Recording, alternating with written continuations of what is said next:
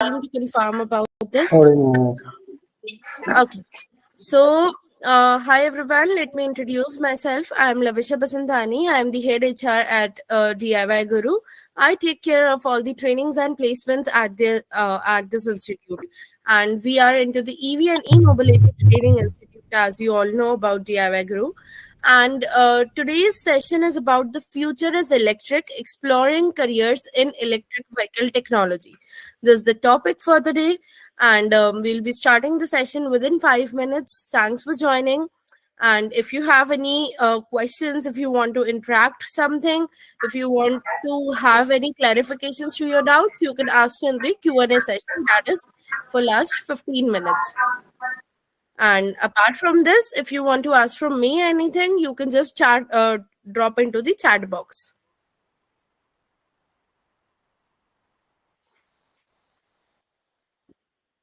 Yes, David? I'm sorry. I wanted just to put an emoji. I It's okay. raised It's my okay. hand instead. I'm sorry. No issues.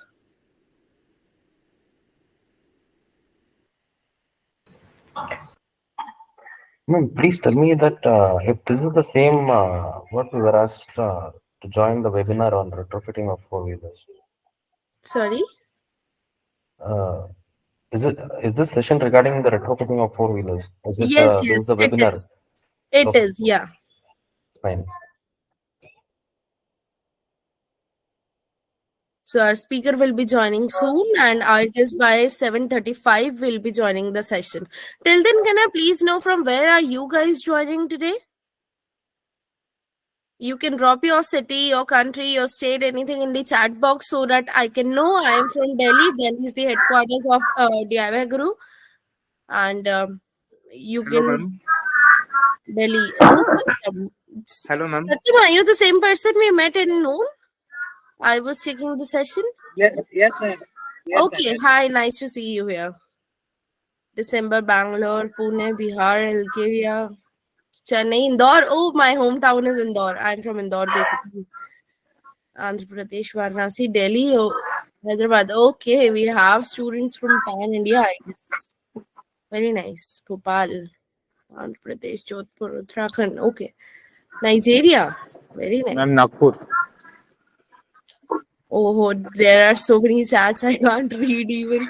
Indore, where? Okay, I live in Indore near to Silicon City, at AB Road, and I'm working here in Delhi, Aurangabad. Okay, Solapur, Nepal. Ma'am, you're from Indore or Pithampur? Indore, proper Indore. AB Road, the way that goes towards Rao. Siva, yes, please tell me. Ma'am,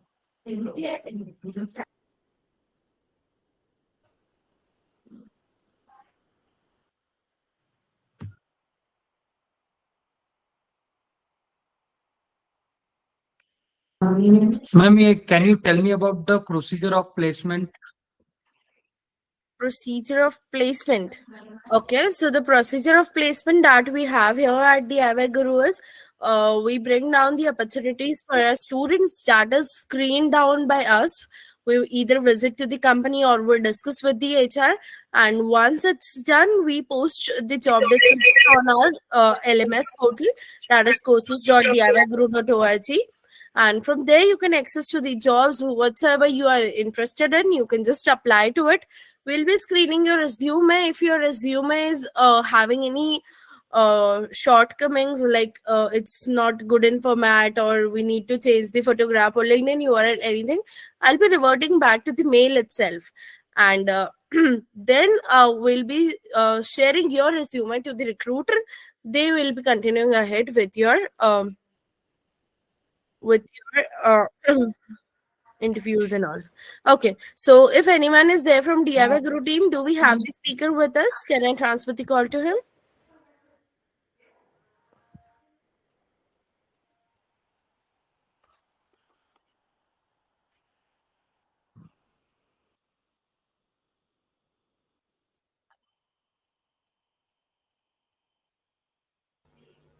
Pradeep, Dinesh, you have a lot of questions. Okay, one by one, you can unmute yourself and you can ask. And if there is something like Q&A, so you can wait for the end for ending this session. So what are the opportunities for the placement for working professionals?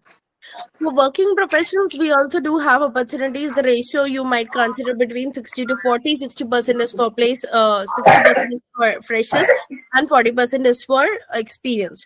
And we do consider the opportunities which will be considering your past automobile experience or your past mechanical experience into this. Okay, so I guess Mr. Jawad Having is the scope here for the with us. electronic Hi, engineer? Lavisha. Hi, how are you? Good evening. Good evening. How are you? I'm fine. Okay, great. So, students, we have Mr. Jawad with us. He'll be continuing up with your session. So, I guess I can hand over this call to you now. Sure. Thank you so much, Lavisha, for the introduction. Hello, everyone. Good evening. Good evening, sir. We will start the session today. Before that, I think, is there more people who are joining? Or is it? We can start. We have 120 plus participants. You may start. Okay, so before I start,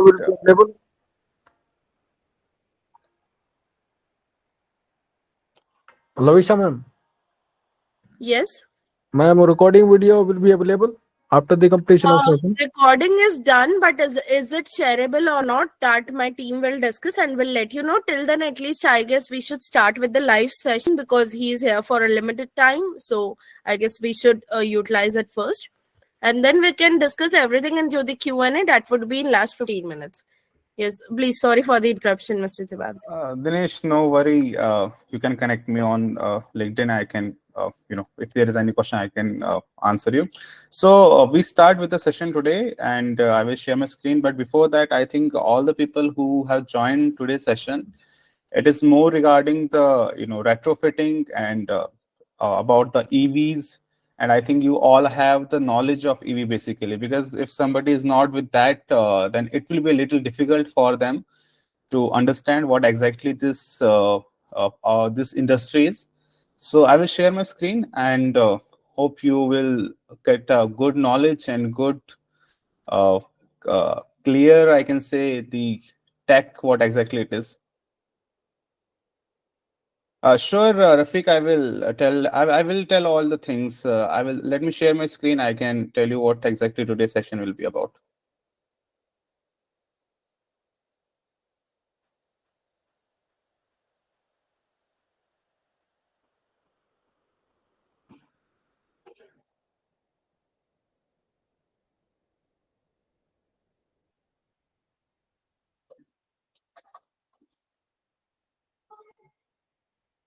So, Lavisha, is it visible and my audio is audible? Like everybody can hear?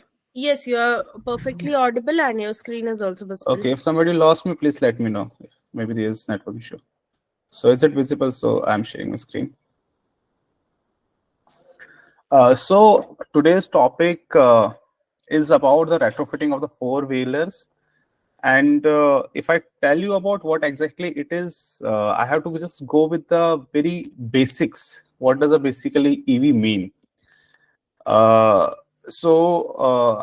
is comfortable in English or Hindi? So I will go with both to get things more clear. Sir, please prefer mixed language. Oh, sure, definitely. मैं दोनों के We साथ can करता mix हूँ the language because we do have national plus international students, so Yeah, everyone would be able to understand. Yes. That's why I just saw. Yeah. English would be okay for everyone. Yes.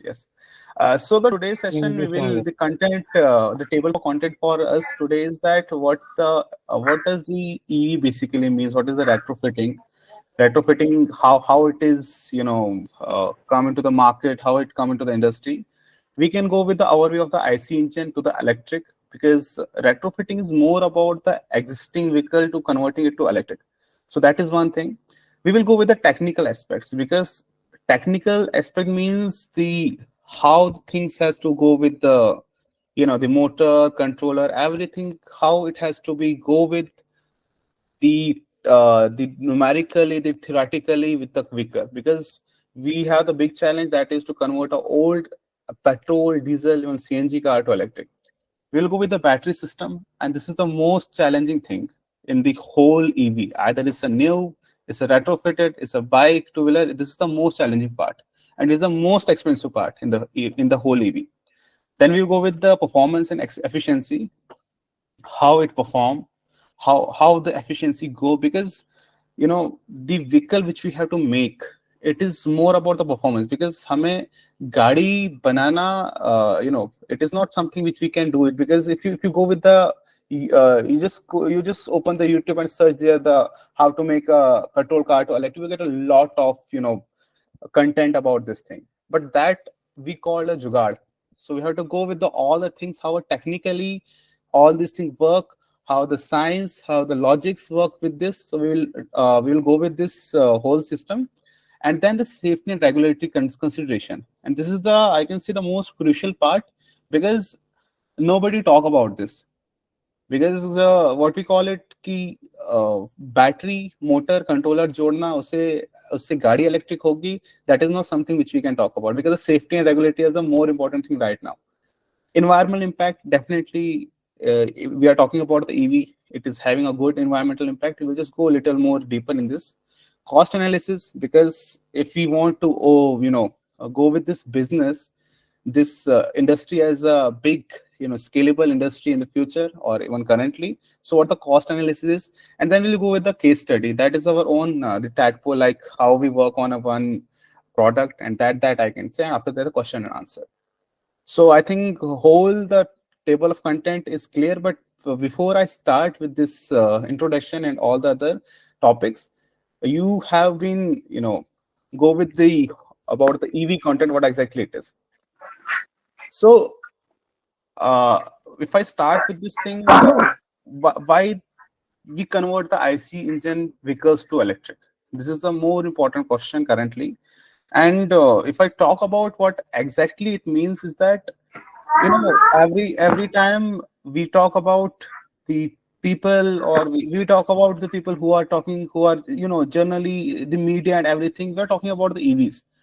Tata has made new EV, Tesla has made new, even Honda has made new EV, but we never talk about the old vehicles, because if a person is owning a petrol car, if a person is owning a diesel car, what about that one? We are not talking about. We are talking about the new industry. We are talking about the new tech which is coming to market, but we're not talking about the those vehicles which are already in the market.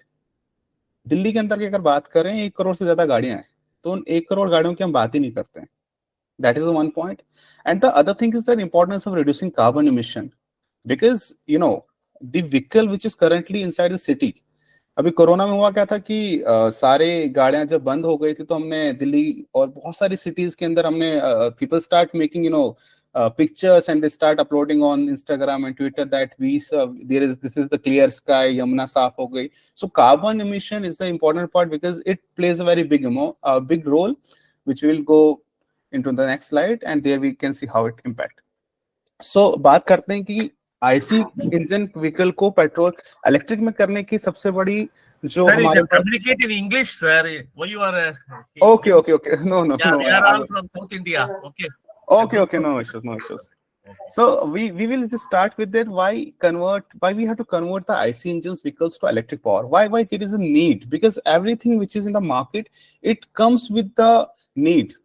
Because if we are making currently right now a new device, new technology, that it comes with a need, and it comes with always a problem. So yes, it reduces the environmental impact, because if we talk about any vehicle, let's take an example of Swift Desire, it is emitting 3.6 gram of carbon per kilometer. So we whenever we drive 1 kilometer of any petrol car with a 1200cc engine, it emits 3.6 gram of carbon. That is one part. And the other part is not only the carbon dioxide which is in the environment. There are the nitrogen oxide and NOx and the other particulate matters which are currently in the whole city. If I talk about especially Delhi, where this is the most most, I can say, the viral city in if whenever the Diwali comes, so we see a lot of news about this city. And the energy efficiency, because if we compare it, the other part is the energy efficiency. If we compare it with the petrol to the electric, we see a big difference, because it is a very logical, and it is very, you know, I can say you have all the people have experienced this thing, that electric cars, electric vehicles, either it's a two-wheeler, three-wheeler, four-wheeler, they have much power and much better efficiency than the fossil cars. And the other is the cost saving. And yes, it is very clear that if we drive a electric car, if we drive any other, you know, vehicle, we make, you know, we save a lot of money, because running of the cost running for a one vehicle for an EV is 1 rupee, even less than 1 rupee per kilometer. So that is the big difference if we talk about with the, you know, conversion of IC engines to electric. Then another point which we have is that the quiet and smooth operation, because the vehicle which is in the petrol, diesel, they are making a lot of noise. When we convert it to electric, they are very smooth and they are quiet. Basically, whenever I talk about the EV and whenever I talk about the retrofitment, these two are the same. You have to always remember this thing. Retrofitting doesn't mean, you know, it is some new tech. These both are same. Only the difference is the chassis. In the new EV, you have the chassis there. In the retrofitment, you have the chassis, you know, already there. In the new EV, you have to make. Only difference in this technical term, I can say. Energy efficiency is definitely there, because it is the, you know, the electric motor are more efficient than the combustion engines, and the significant amount of energy, significant amount of you know, production of electricity compared with the burning of fossil fuels is more. So we can have a better efficiency energy in terms of the in the terms of reduction, in the terms of the power propulsion, and the energy independence and security, because electric vehicles can provide powered with a variety of energy source. Because, you know, if I talk about the IC power car, there are three options: petrol, diesel, and CNG. Even, you know, some LPGs and other gas we can have. But in the electric motor, if I talk about EVs, we have a lot of options. Yes, the source is electric power, but we can get it from the solar, we can get it from the wind, we can get it from the hydro, we can get it from the coal, we can get it from the nuclear. So these are the different kind of independence, because we are not dependent on one kind of fuel. And the technological innovations, because in the EV we have a lot of tech. If we talk about from the past 10 years, we have seen a lot of difference in the EV, especially in the tech part. We started with the single gear, we have the four-wheel drive, we have the crab walk kind of vehicles, we have the lot of tech. We started with the, if I talk about in India market, we started with the 48 volt. In 2013, Reva came with the with few EVs which are E20. Mahindra Reva, then Mahindra bought it in back 2014, I guess. So they came up with 48 volt of system. So we have a lot of technological innovations. So these all things which I'm talking about, it is basically why there is need, because anything in the market, it comes with a need. Without need, without a problem which we have to solve, these things never get, you know, mature, and the things never get a big opportunity. Because from the past 200-300 years, we are burning fuel every day. We have made our planet a very, you know, it is not better for living for humans. So now we talk about the greener energy. We talk about a lot of, you know, carbon credits. We talk about emission reduction of the carbon gases, carbon emissions. So then it is something which we have done it in the past. We are looking for something currently, and these are the solutions which make our whole ecosystem better. So this is some introduction why there is need for this and how we have to solve the problem.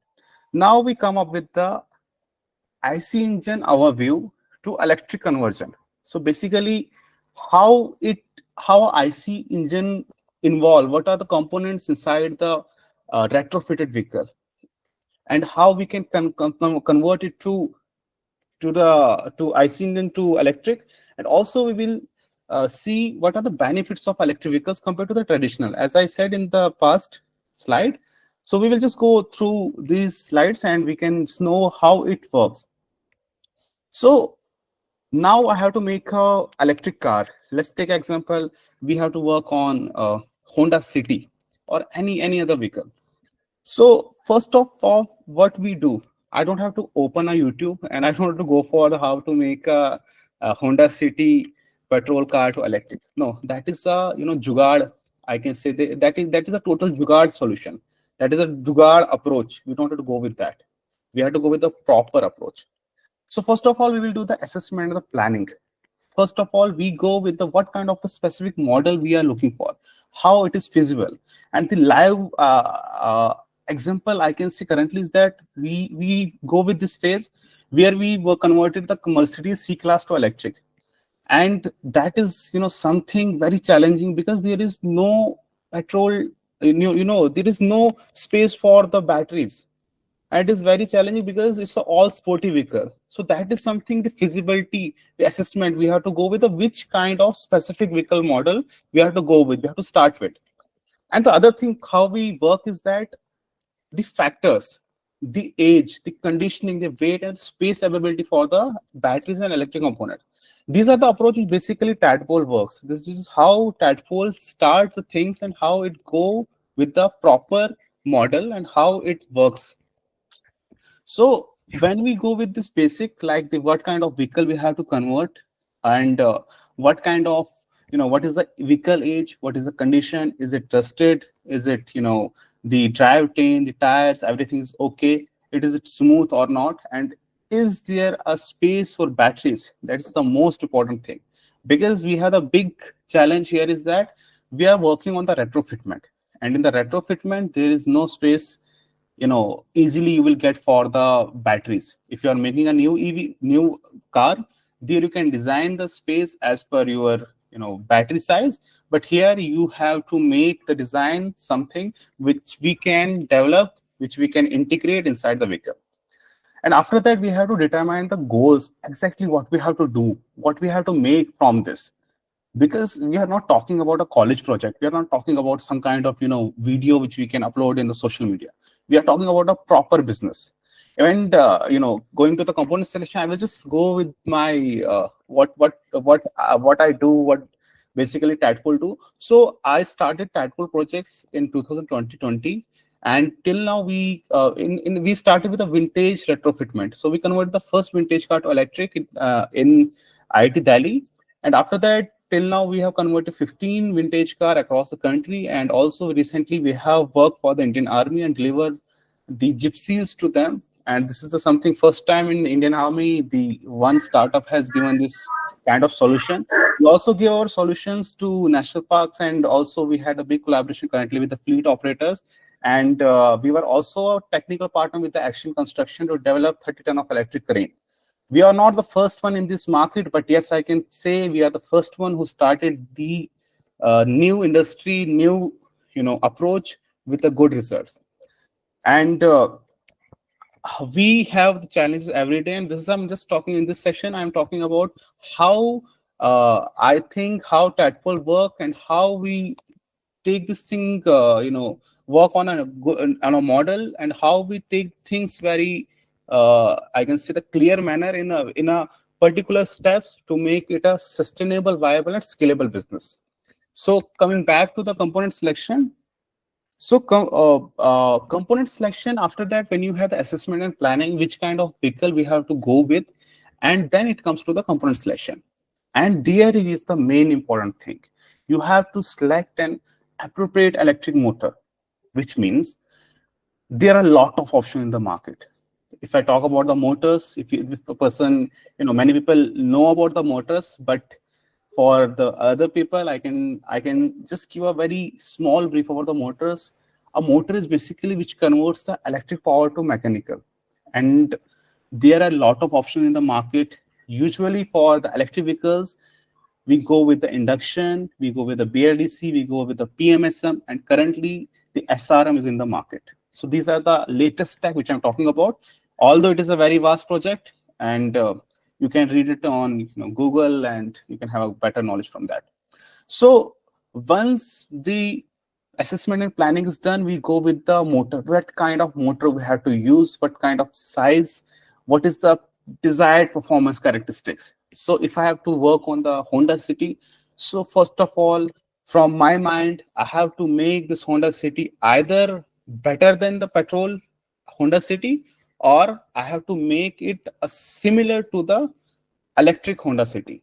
So first of all, that thing has to be very clear and sorted. It is not something which we are making Honda City to a e-rickshaw. So that thing is very clear. And after that, the second thing is what kind of range I have to go with. If I go currently in the market, if I compare my vehicle, with for like a Honda City, if we have to make it electric, we will go with what kind of the nearest electric vehicle which come into this radar of sedan. So Tigor is there. We can have when Mahindra Verito is there, e-Verito.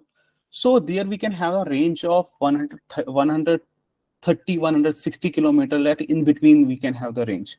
And the same we have to go with, because if we can't give the better, but if we have give the similar range which is currently available in the market, because the customer acceptance is as per that. So we'll choose a sustainable battery pack which provide a sustainable energy capacity and the voltage and the range definitely. And here is one more twist. When we talk about the battery and we talk about the motor, so motor we have the PMSM, induction, the SRM, BLDC. In the battery pack we have the lot of choices. Like definitely we will go with the lithium pack, lithium battery. But in the lithium there are LFP, NMC. There is one more chemistry, LTO, graphene. This is another chemistry. It is not from the lithium, but in the lithium there are these chemistries which we have. The options are, so we have to go with that. And voltage, why there is the voltage I have written here, the voltage plays a specific role, because if you go with the let's take example of Tata Tigor, we have the 72 volt system there. If you take an example of the new Tata Tigor which is in the market, even a Tiago, there the voltage is 384 volt. Now the question arises, the same vehicle with the different voltages, how what does this mean? It is very basic. Like you go with the the losses is in electrical terms, we talk it is equal to loss is equal to IR square, sorry. So basically it is the more current come from the flow from the wire, the more it get heated. So voltage play a very big important role here. What kind of voltage we have to choose? So we choose with the 72 volts. Then we have to go with the components. What kind of controller we have to go with? What kind of charging system we have to go with? So our approach here, when we have to go with the component selection, we have to very clear that we have to work same what our OEM thinks. We have to make a vehicle which is already in the market, similar to that.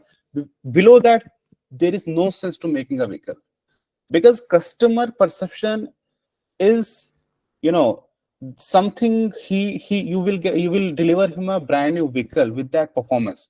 So below that, there is no sense to make a car electric as a commercially. Then we talk about the integration and installation. So the integration installation is a very important thing, and it is something which where your designing skills and to be very honest with you, whatever I'm talking here about the assessment, about the component designing, it is not a one-person game.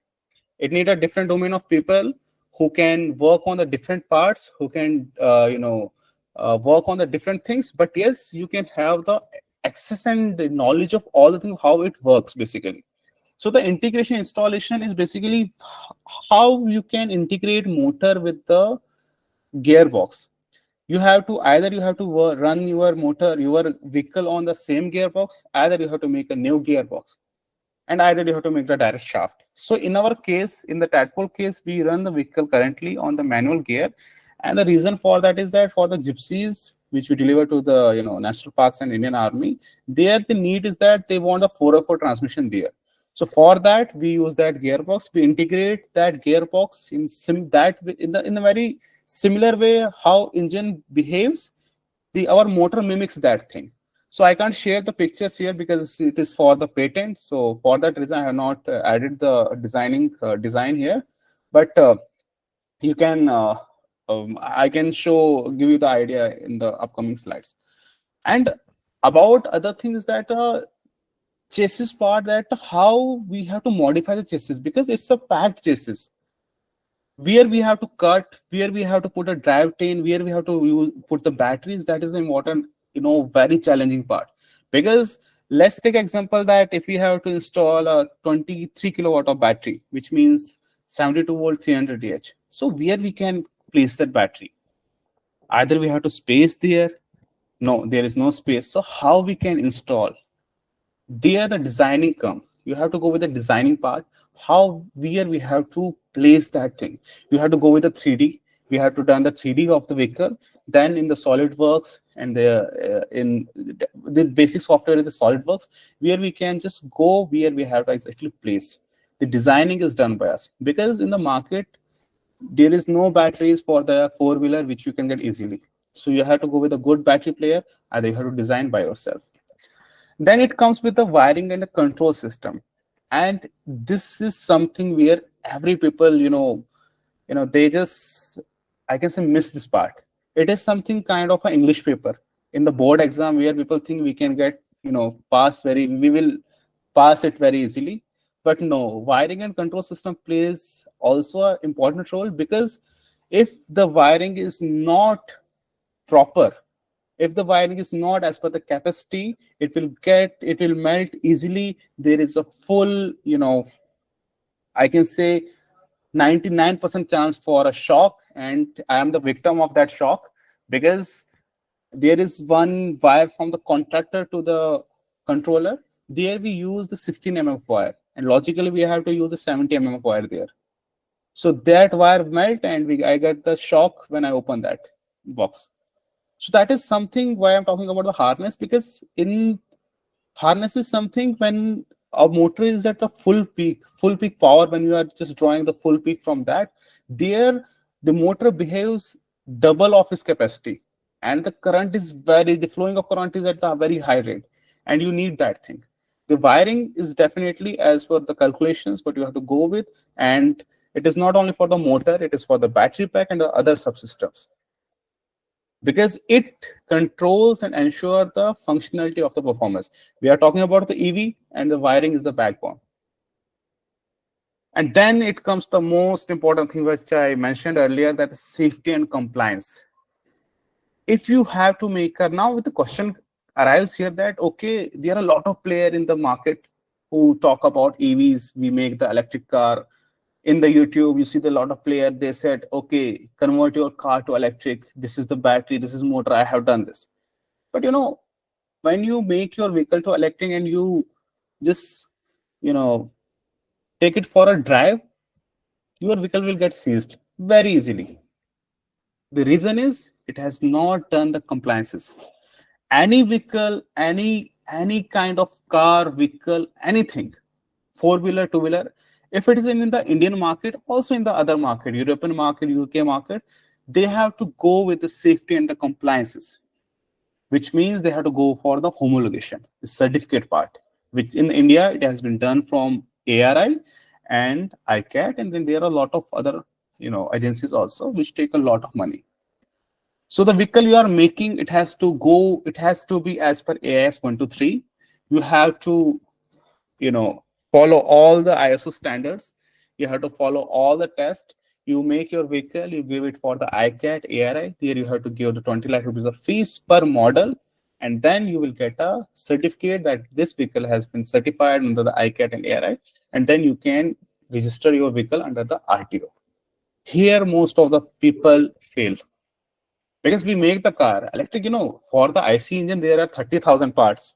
And for a electric engine, electric power car, there are only 10-15 parts. So anybody can make, for the even engine, there are, 500 crore, 1,000 crore of investment to make a one engine. And for the motor, there is no, you can get it from any big player or any good player. So making electric car, it looks very easy, but when it comes to the safety and the compliance part, here everybody fails. Because you have done the jugaad from the starting, and here jugaad don't work. Here your engineering, your calculations, your performance, even a single switch you have used, that works. And when you've done the compliance part, then it comes the performance testing. And now it comes the another big part. That is, in Hindi we call it doodh ka doodh, pani ka pani. Because customer is a judge. You have spent a lot of money. You have spent a lot of time. You have choose one model. You come with that part. But then customer is going to use that part. Like you have to sell that car. You have to sell, you have to make your customer car to electric. And then the customer is your king. He decides, is this vehicle worthy or not? If the performance is not good, if the testing optimization is good, then it's a failed product, although you have done the compliance or not. So from the starting part, from here, assessment and planning, this is, I can say, 80% of your work. Because without that, all these steps are, doesn't make any sense. And when you do this performance and testing, then it comes another part, which is the documentation and certification. And this is something which go with the RTO level. Because when you go with also the RTO level and with the customer level, after getting the ICAT and ARI certificate, you have to register your vehicle at the RTO level. From where a state, district level, RTO can register your vehicle with the new number plate. And there is another category called XEV for the vehicle which you retrofit in the government with the the gazette which has been released by the government, AIS 123, which is the compliance basically. So there in the gazette there is very clearly mentioned that the vehicle which you convert, they have given the new name for it. It is called the XEV. XEV, why? Because it was first petrol. Now it comes to electric. So it's a XEV category. So retrofitment basically means the XEV category as per the government rules. And once the certification, the registration RC is done, then you have to go provide with the basic knowledge to the customer, how the component specification, the logbook, the book in which all things are mentioned, the wiring harness, the component selections, the necessary and the certification regularities, all the things have been covered in that. So when you go with all this thing, now customer has taken the vehicle is good, the performance is good, the compliance are done, then it comes another important part, that is the maintenance and support. And we are in this country where the people need the value for money. If there is no maintenance support, still your product is failed. So you have to go with the proper maintenance, proper support. You have to go with the tracking of the vehicles through IoT. And recently we have worked on our own system. We track the vehicles which are running. We read the pattern. We are working on the few AIs currently in which we can predict the fault. Because running of the vehicle is important. And if your support is good, your maintenance is good, then you have made all that is not Tesla, but you have made a Toyota. And your goal should be very clear that don't repair until it is not broken. This is basically Toyota, I can say the slang, but they always call it that don't repair until it is not broken. So same thing, you have to go with UF tag. You have to be very confident what kind of motor I have done. It is as per the logic, it is as per the tag, it is as per the things which I'm talking about. Then the next part, the introduction, the next part come about the compatibility assessment. Basically, when this session, I'm talking about these things very in a more, I can say, deeper way. So here you can see the Gypsy which we have converted. It is a very rough diagram here. It's a very SolidWorks 3D. So you can see here that this is the motor here. If you can see my cruiser here. So this is the motor which you have coupled with the gearbox, and this is the a fabricated box in which the control every part is there. And here you can see the battery pack is something which we have placed here. And the people who know about the Gypsy is on the ladder. It's a ladder kind of chassis in which there is only space here, either here or either in the front. So front part we used because the requirement of the client was to make it 4x4 as well. So this vehicle is running on the electric gear and it is running on the 4x4 transmission as well. And the battery we have placed here, we have designed in that way that the weight of the vehicle should be clear, should be balanced, and the height, width, and everything has to be very clear. So in the next slide, I have given about the designing of the battery, which we have done for the Gypsy. So it is mentioned there. So you can just see from this 3D how the things work. It is not something, total jugaad you can do. You can click the picture. You have to go with the proper single detailing of the vehicle. When I talk about the vehicle condition age, the chassis body, it plays a very important role here also. In this thing, if you just take an example that this part, the fender side, the ladder side is not good, then this battery will get damaged very easily, because this battery for the Gypsy weighs 180 kg. Yeah, there is one more thing which I forgot. That is in the AS, you can only add the weight 25% of the vehicle. Like the unladen weight, if it is 1000 kg, the government only permits you to increase the 25% of the weight of that vehicle. So the designing, everything has to be clear as per the rules. And now if I talk about another part, that is the bearing, the tire, the chassis, because making a new EV is easy for me, but if I think to work on an old vehicle, I think it's the most challenging thing in the world, because you don't know about the tires, you don't know about the chassis, because everything has driven for lack of kilometer.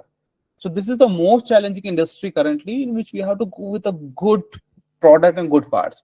Here I can give one of my experience, that when we deliver one vehicle to in a park, there we see that we tested the vehicle here, and there after some time, around 15-20 days, the vehicle is not running. The person who was driving the vehicle, he said that whenever I'm driving the vehicle, it gets turned off very easily.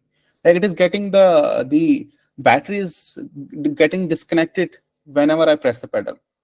So the maintenance support part, there it came. So we were very surprised at how this thing is coming up. We have tested the vehicle. Then from here we can't say anything, because that time we have not developed any IoT, any telematics from where we can track the data. And we went to that place, and when I drive the vehicle, whenever I press the pedal, it start taking a little acceleration, and it get disconnected. And when I connected our whole system with the through CAN, where we can get the data, so everything was okay. There is no, I can say, nothing where I can suspect. We check the whole battery, whole motor, whole controller. We are not getting the fault where it is coming from. And when I just go with the very basic. Okay, let's take this vehicle from the starting. How we make. We check the gearbox. We lift the vehicle first. We check the gearbox in the neutral. It is running fine. We check the transmission. It is running fine. Then I called my one engineer. I told him that, okay, take this vehicle on the jack and run its tire for at least 40 minutes. So when it start running, there we see there is a lag in the tire between, from for left side. And the RPM is not matching the tire which is for the right side. And here I get I suspect that there is something in the tire. So when we open the tire, we see the bearing was totally faulted. So the bearing was jammed, the tire was jammed, and it is why the motor was disconnecting again and again. Because I have set all the, I have limit the currents, all the peak current, peak power in such a way that whenever there is so much load, the motor will automatically get disconnected. So there you find the fault in the bearing. So that's why this thing very is important for us, that the vehicle condition, the chassis and the drivetrain components, it is very important for us, because we're working on an old car which have been driven for lack of kilometer. And the space, it is definitely the battery we have to keep, because there is no space. And in the Gypsy we have not, there is, I can say, not even a 1 inch for us where we can increase our battery. So that is the thresh where we have make our batteries bigger in the size and bigger in the capacity. So that is the important thing also. Another thing here, is the weight distribution and balance. Because if your whole system is at the back, the batteries, at the corner, and from the front side, the components are not that heavier, then there is the hammer effect in the vehicle. You can see the hammer effect whenever the, especially in the seesaw-like kind of thing, when we drive the vehicle, there will be the hammer effect. And it is because of the battery pack. Because I told you the battery pack weighs around 180 kg. So that is not a joke. It's a very heavy. And it's the same for that capacity is the same for everybody. So that is something which you have to go with the distribution of the weight, because you have to check my CG, center of gravity, is good, my rolling resistance is good. Is it making worth to make it electric with this design, or is it something, a burden I have put it on the body or on the vehicle? Another is the drivetrain configuration. I told you earlier that how you have to connect the motor with the drive wheel. Either it's a front drive, it's a rear drive. You have to, if you want to use your gearbox, you have to go with that coupling, where we call the flange coupling. But you have to design that part. You have to just mimic how motor behaves. It is something, I can say, the trick which we have, which I know. Just replace the motor in the similar way as your engine behaves. And another thing is that the layout of your electric motor, design everything, how it works, how it will get coupled, the clutch is there. If you want to use the drive for the single gear system in that, make it a full automatic, you can do that as well. But I told you, it totally depends on the client and the type of the vehicle you are working on. Now, there is one more thing in that vehicle when we, the experience I'm sharing is that when we check the tire of the vehicle, we find that the bearing is totally damaged.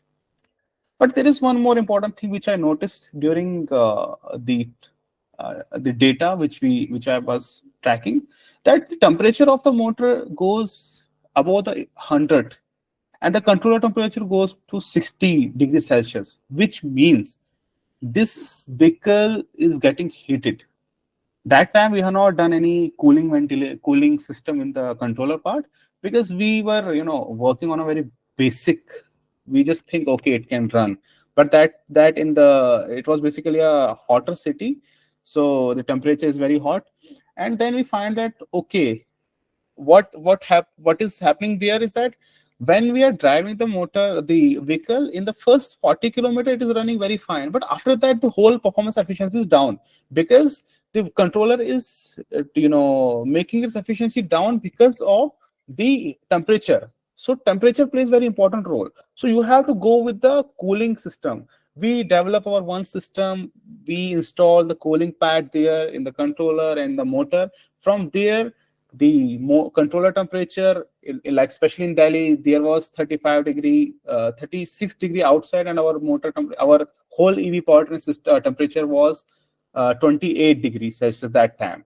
So that means it works and it gives a better performance to the vehicle. So that is something which we have to work on, the cooling and ventilation, because it's a very important thing. It is not something engine which requires 600 degrees Celsius of temperature. No, the cooler and more ventilated your EV powertrain system is, the more efficiency and more performance you will get.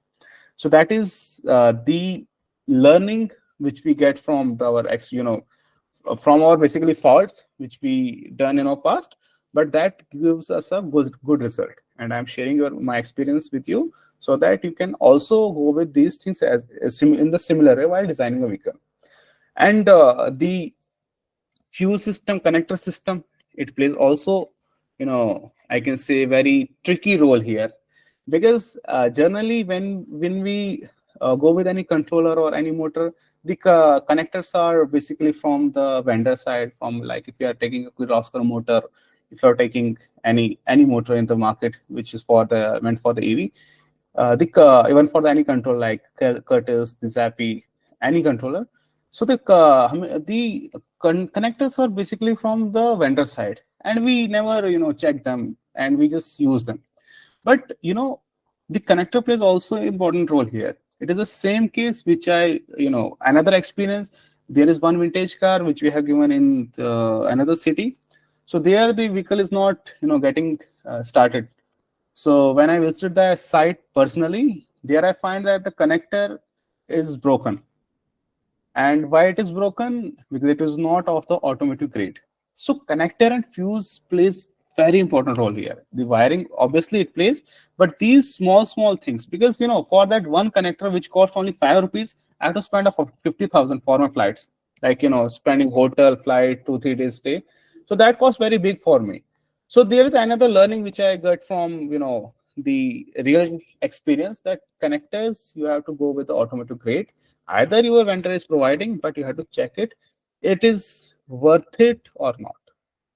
And when you are talking about the upgradation modification for the higher voltage, higher current, you need the another components. Look, DC direct current, AC alternative current. If I talk about which current is the more dangerous, the answer is DC. But if the voltage is high, in the AC you will get a chance, you get free. But for the DC, it will just make your total, I can say it will make a person total melt into a whole in a carbon state. The DC is very, and in the batteries we are using the DC batteries at a higher voltage. So the component, the protection for that, you have to go with that. And if we go with the back data, we saw a lot of news about the 2-wheelers, 4-wheeler, that the battery are getting short, the fire incidents.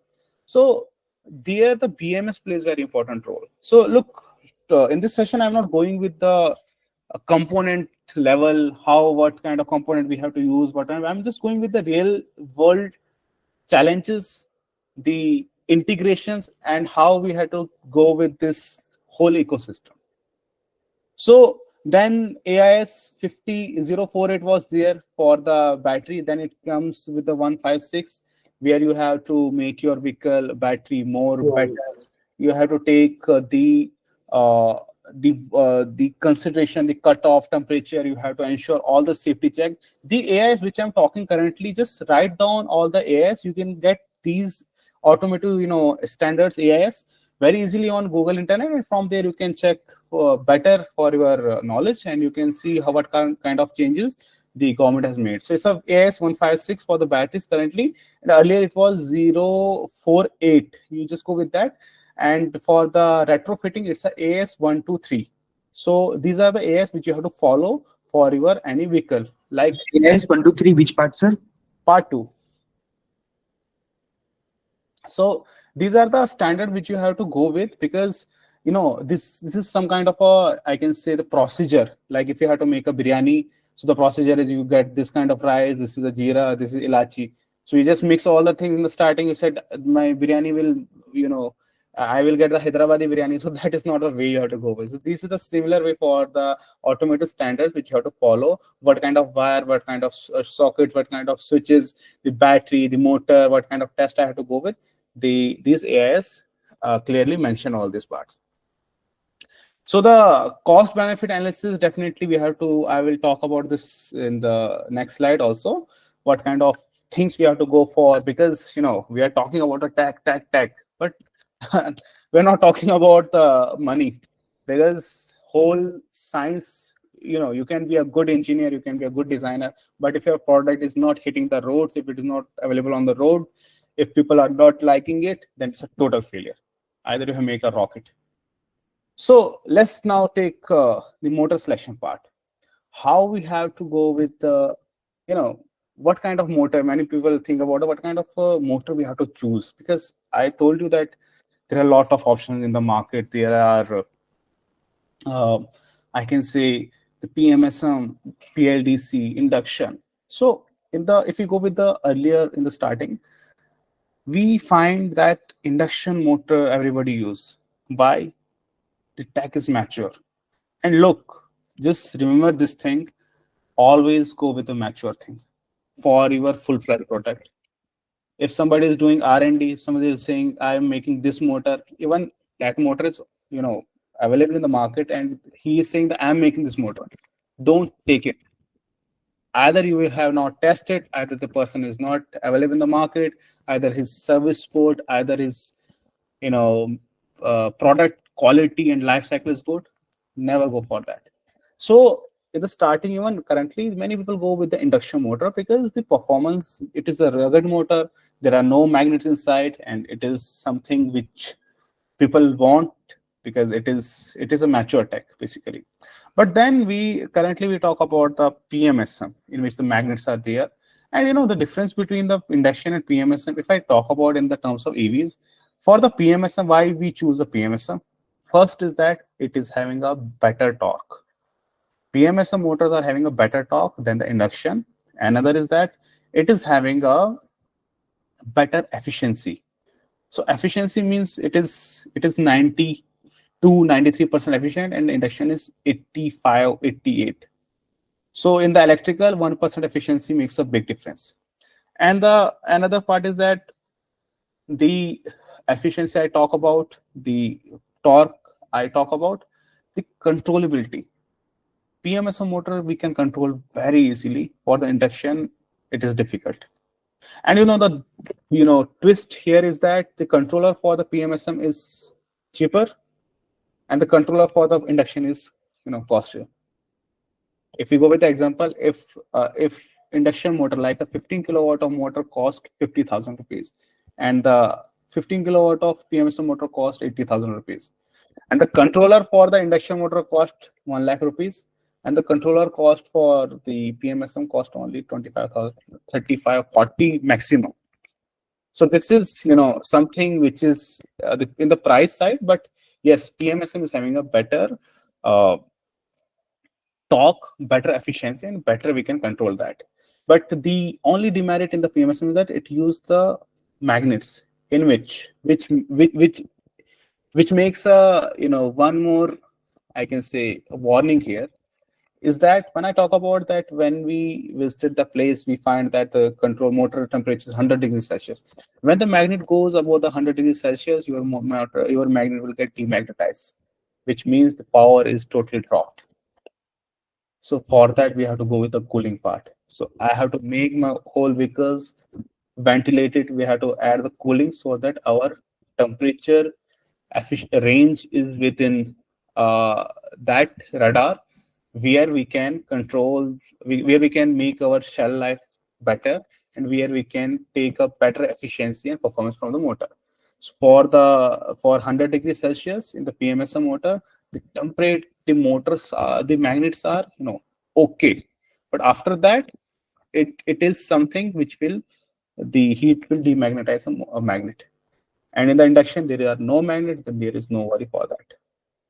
So this is the big difference currently, but everybody, and even the PMSM is more smooth and very soundless. And this is something which I talk about from my experience, and this is something which I talk about in the technical term. And now let's take an example. If we have to go with the Honda City, so Honda City, for that I have to go with the first weight. What is the weight? Okay, it is the 1000 kg. I'm just taking an example. It's a 1000 kg unladen weight, which means there are no people inside the vehicle.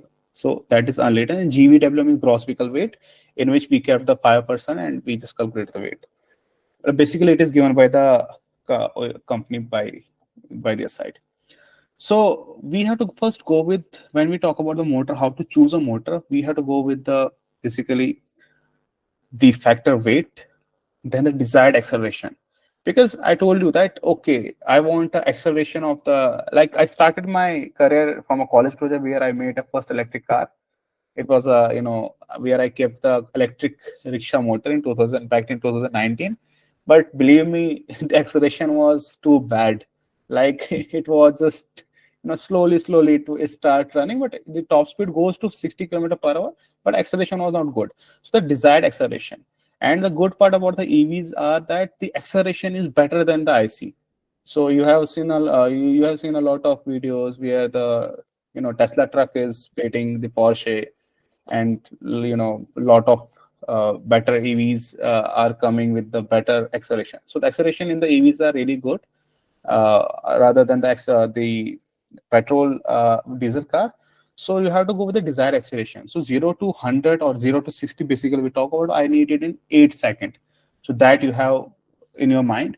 Then where my vehicle will use, okay, it is driving, we have to, like, this vehicle will go in city, this will go in highway, this will go at Ladakh. But this doesn't make a sense, because if you are making electric vehicle, if you are making a vehicle in India, then you have to make in such a way that if person is using it in Kanyakumari, if a person is in Andhra, he's using it in Ladakh, it has to be compatible with all the states, all the region and all the tariffs. So that is something you have to clear with your mind. Then we have to calculate the horsepower. There is one case study in the next slides where I have given the formula, which I used to how to calculate the motor battery. I'm just giving the literature part here, and we can have a look on the calculation part there. Then the torque characterization. So if I talk about the Honda City or Swift Desire, so the torque is that if you just go with the search in the Google that what are the specifications of the Swift, if I'm talking about Swift or Honda City, so there you find in the spec sheet the torque, maximum torque 110 Newton meter at the rate 2000 RPM. Here EV play a very important role. If we are using a 15 kilowatt of motor with 110 kilowatt of torque, but the acceleration is not at the 2000 RPM, here the EV win, because we can get that torque in the starting RPM. And that's why we have the acceleration really good, and we have very good torque. We have good power starting. For the PMSM, yes, induction is also there, but PMSM wins here. So that is kind of thing, the total horsepower, the total kilowatt, because we are talking about EVs more, we talk about the kilowatts rather than the horsepower. The desired performance which we talk about. Then we talk about the torque characteristics, what kind of torque we are looking for. First of all, we have to remember we are retrofitting a EV, which means we have to make this vehicle better than the petrol car. We are retrofitting a petrol car, we are retrofitting a petrol car or diesel car, an IC car to EV. So the vehicle was in the, if it is in the petrol, we have to make it in electric with a better power. Like the Swift or the Honda City, we have to make better than the Honda City with the performance range. So that is clear. The torque characteristic, the factors, the towing capacity, all we have to calculate in the starting.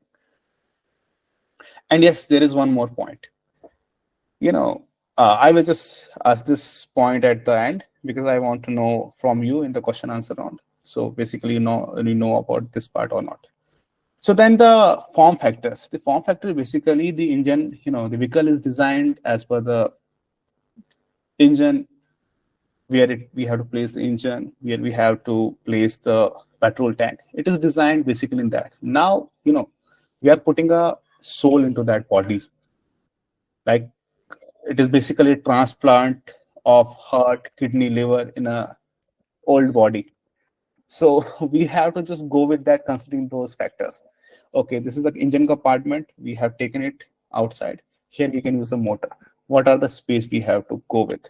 And we have to work on the standardization. It is not something which we can work on every vehicle. Standardize the things if you want to go with a scalable. Then the motor form factor, the dimensions, land breadth. Okay, this is space. This is where the ventilation is coming. There are a lot of challenges you have if you go with the designing part. Because placing the motor, everything, if you have to go it for a short run, you can do anything. But if you have to make it as a OEM, if you are thinking like a Mercedes, you are thinking like a Hyundai, you are thinking like a Tesla, you have to consider all the factors. Then you have to choose a motor with a good torque, which can handle the flange coupling, the gearbox. You have to consider all the things. What torque it is, the ANSYS, in this ANSYS you have to do the load part, how much of load it can bear, what is the gear ratio I have to go with. So that is something which is a very vast subject, and I'm currently pursuing my master's research from IIT Delhi in this subject also, like in this particular subject, because this is a very big subject. This is something which I can say in this webinar, but this is something the highlight kind of thing which I can talk about. So you have to go with the all characteristics. Then when we talk about the motor type, I told you the motor by induction, by PMSM, but there is also the I can say the efficiency part, because when we are talking about the induction, PMSM and SRM, then we have to go with the efficiency, because our motor should be not like in that manner that, okay, this is consuming a 200 ampere of current in, when we are accelerating it. So that doesn't make a sense. So we have to consider that part also. Although it is good, it is powerful, but it has to consume less, energy. It should be kind of a splendor where we have to just keep the petrol 1 liter and it has to go for 70 kilometers. So that thing you have to also consider. What kind of motor, like, it's a very simple thing. We have to give the money. We have, like, it is something kind of thing I can say, value for the money, but here we can say it's a value for the technology. I can say the technology which you are adding, it has to make the value there, because a good efficiency, good range, good power density, it has to make the whole performance good. Like if you are using 20 kilowatt of pack, 23 kilowatt of pack, it has to run for under 30 kilometer, but it is running only for 80 kilometer, which means your acceleration is really good, but which means it is not, touching the thresh. It is not something which is in the market, which is coming with the which is in the market available, although you have made your vehicle very fast. So the vehicle usage and the vehicle where it has to go in the Indian cities, it has to very clear. So the efficiency and the consumption you have to consider. The motor has to powerful, but it has not to consume a lot of current. So that kind of thing you have to go with. Now the most expensive part is the battery system, and 80% of the cost is your battery. In our vehicle, I can say if we are selling our vehicle at 10 lakh rupees, 7 lakh rupees is only for the batteries. And batteries are the very important thing. So when we talk about the motor, okay, 15 kilowatt of motor, 20 kilowatt of motor we are using. This is the power efficiency. This is the torque. Okay, this is really good power. Now you have to, okay, you have set the engine, but now the question comes, what kind of fuel you have to provide? Because fuel is the something like you have a V8 engine, V6 engine, but you are putting a kerosene in that, it will never start. And if it is a petrol car, you are giving a diesel fuel, it will never get started. So the fuel is something which is a crucial part in the EV, because what kind of battery you are using. If you are using, let's say, in the Reva, basically in 2013, we are having few Revas in our yard. So I see there the people, that company use lead acid batteries. But if you are using a lead acid battery, though, how you can get a 3C, 2C discharge there? So that thing you have to clear with that. What kind of fuel you are using? And yes, in the market there are only currently the fuel here there is the lithium ion, but in the lithium ion there are a lot of chemistries. So for Tesla, for any company, good company, they are going with the LFP, and same we are using also the LFP, lithium iron phosphate. So in the battery also, it is very big subject, because battery is something which you have to study from a chemistry level, but here you are not doing some a PhD or any masters. You have to go with the market. So I'm just telling you about what the market, how we have to go with the market selection. So the if we go with the motor, it's at 15 kilowatt. So now the condition for our vehicle is that we have to run this vehicle for 150 kilometers. So when we choose the battery, there are calculations in the next slide, after few slides. So we have to go with what kind of power we have to use. If we are using the LFP or we are using good PMS, we have done the good designing part. Here it comes that when I am pressing my pedal, the 15 kilowatt motor behaves, goes with the peak and gives me 30 kilowatt of power for a few seconds, which means my battery is able to provide a double of its capacity. If it is a 23 kilowatt of battery, it has to give 50 kilowatt of power for a few seconds or 30 kilowatt to meet that motor. So the fuel is very important, what kind of fuel you're using. And the designing of the battery is a very important, crucial thing. So in our vehicle, when we press the pedal, 15 kilowatt motor we are using, when we are pressing the pedal, here, logically it has to, it depends on the load. If there is a slope, if there people are inside, so the load on the battery is basically 10 kilowatt, 12 kilowatt, 18 kilowatt, 3 kilowatt. It varies. So in that way we get the range. But in the starting, if I'm giving an acceleration, the load goes up to 27 kilowatt, which means the 400 ampere of current is drawing from my battery, but my battery is only the 300 ampere. So the lithium here plays a very important role, because we can have a 2C rate. The C rate is basically, if it is 100 ampere of current, we can assume, if it is 1C or 2C, we can take out a double of its current from its the output. So on that part, we feel if it is a 300 ampere of current, we can draw 600 ampere at a 1 or 2C. So this is something which we have to go with the fuel, with the battery, and then we have to calculate the energy consumption. Because if my vehicle is consuming a lot of current, then there is also no sense, because either my motor is not behaving in a same way what it has to behave, because the architecture, the designing part, but it is not behaving, then it is totally, something is missing, because either it's from the battery side or either it's from the motor side. And then you have to consider the efficiency losses also, because you have to just, it's a logical and it's a very technical thing. You have to keep in mind that every battery, lithium battery, it has the 20% of the DOD, which means if I say, sir, this is a 10 kilowatt of battery, in actual it is only 8 kilowatt of battery, because the 20% of the DOD is there. The 20% DOD, it is basically the graph from 3.2 to 2.5. When we go down, when we degrade, when we discharge the cell, in the 2.7, it drops suddenly, like in that chart. It's basically behavior of the lithium cell, the lithium chemistry basically. It is not stable at the end point. So we take a 20% DOD always.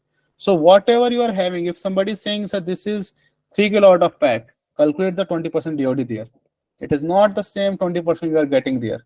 It is the DOD we have to calculate, the deep discharge basically. So when you calculate the battery capacity, you have to add a safety margin also. Now here's the one question also, one tricky thing also. If let's take example, my battery needs, my vehicle needs for 100 kilometer range, it needs 10 kilowatt of battery. Okay, I calculated, from my mathematical calculation, I said I need 10 kilowatt of motor, but I will never use the 10 kilowatt of battery. Sorry, 10 kilowatt battery. I will never use the 10 kilowatt of battery. Why? I use a 12 kilowatt of battery, because I have to take a margin of 20%, because my calculation says that it is 10 kilowatt, but there is DOD also in the lithium cell, lithium packs. So 20% I'm taking a margin to meet that thing.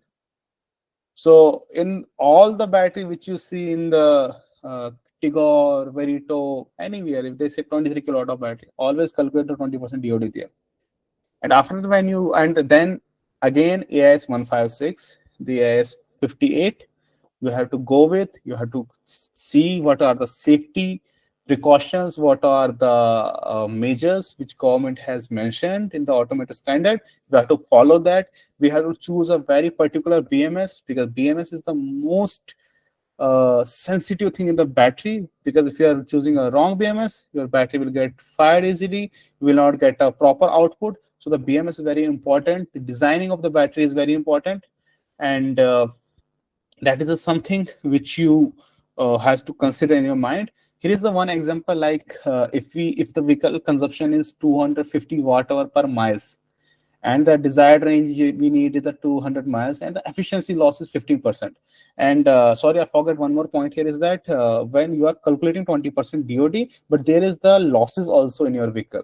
in the retrofitted vehicle or even the new vehicle. The tire losses, the rolling resistance, the aerodynamic loss, you have to consider that part also. So if it is 12 kilowatt, you have to add a margin of 1 kilowatt also for that to meet up that all losses. So these are the losses you have to calculate. So here the total energy consumption is the vehicle energy consumption multiplied desired range, which is a 50,000 watt hour, which we have to require for a 200 miles. This is a very basic calculation we have to go. And if somebody wants to take the picture of this, you can take, because this is a very good formula you can use. And then we have to go with the adjusted energy consumption, which I mentioned that 50% of the efficiency loss we need. And here you can see the total energy consumption multiplied by 1 plus efficiency losses. You can get this formula very easily on the Google. These are not some rocket science, a very basic thing. So then required battery. Look, this is something 57,000. It's a 57 kilowatt battery which we required. But I mentioned that we have to keep up the battery, DOD, the efficiency also there, the efficiency factor and all the things we have to calculate. So when we divide the adjusted energy consumption by battery efficiency factor, which is 0.85, we will get the desired battery. Now you can see from 50,000, like 50 kilowatt to 67 kilowatt, which means the 17 kilowatt is added. So this kind of adjustment you have to do. It is not something 3 kilowatt you have to use kilowatt. No, it's not 3 kilowatt. It's like दिखता कुछ है बिकता कुछ है. So the better example is that हाथी के दांत दिखाने के कुछ और खाने के कुछ. So we are talking about 10 kilowatt, but it's not a 10 kilowatt. It is basically 13 kilowatt, in which we have calculated the DOD, we have calculated the losses, we have calculated the efficiency. All of the battery factor we have calculated. This is the range we have to, battery capacity we have to go with. This is our one battery design which we have done for the Gypsy. So this is we have done by ourselves the battery design. Here you can see the cells. We are using the here the 160. It is the cell dimension. Like this is cell which you get from the vendor. He gives you the cell basically data sheet in which the cell dias, everything is here. So we are using the prismatic cell in this. We are not using NMC. Tesla is using the cylindrical cell 18650. We are using the prismatic 100 AH cell. So this is a if this length is very large, it makes a trouble for you in the battery fitment. So your whole brain is total stuck with this part. How I can design the battery, where I can keep the battery. And believe me, without the experience, you can't do this thing, because this is something which you get with the experience. The battery BMS placement, the type of connector which you are using, the type of wire you are using, all these things you have to consider, and you can make the battery by your own. You can design it. And there are a lot of people, engineers who design the battery. Then in this pack, we are using the 69 cells. And 69 cells are connected in, it's connected in series. And it's a 25S. And we are having 72 volt, 300 Ah of capacity. And it's 23 kilowatt of battery, but it is not actually 33. We are only getting 18 kilowatt of power. So one more case here. And one of my worst experience, which cost me 25 lakh rupees of, I can say loss. When we are using the Army project, there I calculated all the battery calculations. Okay, this is the battery calculation we need. This is something 18 kilowatt, 16 to 18 kilowatt. For client requirement was 120 kilometer with full load and with the full speed. So that is a achievable range. It is a practical range which I am talking about. And in the AR and ICAD, your range will be 200 kilometer.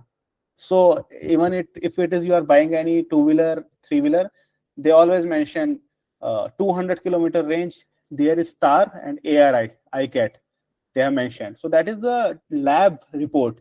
In the actual, it is 110, 130. So I'm talking about the actual range. I'm not talking about any, claimed or lab range. So when I was doing the calculation here, then I calculated, okay, we need like 18 kilowatt of power. We use the 80 volt, 200 Ah of battery. And when we start, taking a trial on that batteries, we get 95 maximum of 204 kilometers of range. Actually, if you are driving very good, like a very systematic manner, the range was 104, maximum. And I was not getting how it is running. We have done lot of, test. We done, 30 cycles so that cell will get balanced. It will give the backup, but the results are not getting. At the end, I, doing a lot of brainstorming and, rectifying the error, why it is not giving us a range, what the client desired range. Then I rechecked my calculation. I found that I have not calculated a 20% DOD and the efficiency losses. I forgot that part, and that cost me 25 lakh rupees of penalty, because I have already quoted some price to the army, and then I have to go with a bigger pack. So actually it was not 16-18 kilowatt of pack. It was basically 15 to 14 kilowatt of pack, which was in the back, which was actually working. So now the 23 kilowatt of pack which we are giving, it is behaving as a 18. So this is very big thing which you have to keep in mind, because these basic small things cost very big for you. So charging infrastructure. So we talk about the motor, we talk about the batteries. Now we talk about the charging, and this is the subject which you know very better. The home charger is there, the DC charger are there. Home charger is something which you can charge your vehicle from home with 220 volt. It goes maximum up to 3 kilowatt, because our meter is having only 3 kilowatt of 3.2 kilowatt of capacity. So that is the home charger which you have to give. We provide the home charger with our vehicles, where they can charge their vehicles easily from their home switch. And another is the fast public charger. There you have the charger from 19 kilowatt, 15 kilowatt easily. And you charge your vehicle from the fast charger. And fast charging is not recommended even by the OEMs, because when you do the fast charging, the cell get heated, and heat makes the chemistry of the lithium very, I can say, it decreases the life of the cell basically in a short way. So the fast charger is not recommended unless and until you are in a for a tour or not in the city. So avoid that. So public fast charger, DC fast charger, there are a lot of protocols which you have to follow. The CCS, the CCS type 2, which are the European, Chinese, which is in the market. So these are the few picture of the home charger and the fast chargers which we provide. And also there is one more formula which you have to go with. Everybody note this thing. It's a very basic formula. Like if my battery is 10 kilowatt, and a company has given me 2 kilowatt of charger, so I have to charge it home charger basically. So if somebody say how much time it will take, just divide 10 by 2. It's a 5, which means 5 hours it will get full charge. It's a very basic formula. Everybody calculate. It is a better for your information. And the other is that if I'm getting if I have to charge my battery from public charger, the charger is 5 kilowatt. So how much time my scooty or my 3-wheeler will take, the vehicle will take. So 5 is 10 divided by 5. It's a 2. In 2 hours, my vehicle will get charged. So very basic formula. Now the important thing is that cost analysis. You have done a lot of R&D. You have done a lot of brainstorming. You have made the vehicle. If you are in a company, if you are in a good company, you have done a lot of even either it's your own startup. You have done a lot of things. But the part is that cost analysis. Let's take an example. You have made a vehicle and that cost 15-20 lakh rupees. Why not buy a Tata Nexon or any new vehicle? Why have to convert my old vehicle to electric? So that is a big challenge for this industry. Customer is a very price sensitive. He will not spend because he is having a lot of option in the market what you are costing him. So if for the Gypsy, I'm taking example, like for me, they told me how much Gypsy cost. It cost 8 lakh almost. What are the specs you are giving? We are giving a specs which is similar to the Tata Tigor. So how much Tata Tigor cost? It costs around 14 lakh rupees. And how much your vehicle cost? So if let's take example, if it cost, or not example, it cost around 7 lakh rupees. So okay, like it is the half of the price you are giving. Okay, good. But now if I have to give this cost analysis to my customer, this is the gypsy basic. Like I have to, tell him, understand him, what are the benefits you will get to when you make your car to electric. The mileage, this is basically for the Maruti Eco. One of my client is asking for that, so I have made for that. It's not for the Gypsy. So for the Maruti Eco, it's 18 kilometer per liter mileage you will get. It is what company says. So cost for running 100 kilometers is 538 rupees. I'm just talking about 100 kilometer. Carbon emission is 2.6 gram per kilometer. So you can just calculate it. For 100 kilometer, it's 2.8 kg. For 1000 kilometer, for 1 lakh kilometer, it will be in the ton. So you are saving carbon. And now there are carbon trading in India. You can sell the carbon credits. You have to register for that. That is another process. You can also search it on Google and we get a better data. So maintenance cost for 100 kilometers is 30 rupees. It's like a 20 rupees. So fuel consumption, if I talk about 100 kilometer every day for 1 month, it's a 166 liter. So cost for petrol for 1 month, 100 kilometer per day. If I running 100 kilometer per day, and how much fuel cost for 166 liter? It is 1,61,660 rupees. And the carbon emission for 1 month is 8.4 kg. And similar, if I go with the 1 year, we are spending, I think there is some error in the 1 month calculation. It's I think 16,000. And for the 1 year, it is 1,16,000 basically. This is some error. And carbon emission in 1 year, we have said 100 kg. So this is something, person is spending for 100 kilometer every day, 365 days, spending 1,90,000, almost 2 lakh rupees for 100 kilometer every day in Maruti Eco, and he's emitting 100 kg of carbon. So if we convert it to electric, so if I'm using their, 12 kilowatt of pack for 100 kilometer or 14 kilowatt, so taking 7 rupees unit electricity unit, so it cost 126 to 150. Carbon emission is 0. Maintenance cost is 5 because it is having very less maintenance. Electric consumption is 540 units per month for 100 kilometer, and for the electricity cost, there it is spending 16,000 rupees. Here he has to spend only 3,700 rupees. Carbon emission for 1 month is 0. The electric consumption for 1 year is 6,480, and just look at this number, 1,93,224 for 1 year, 45,360 for 1 year. So this is the difference you have to tell the customer. So this is your saving. If you spend a 6 lakh rupees in your conversion car, you can recover your money within 2-3 years. And 8 years of the life is for the battery. So this is the big difference you have to go with.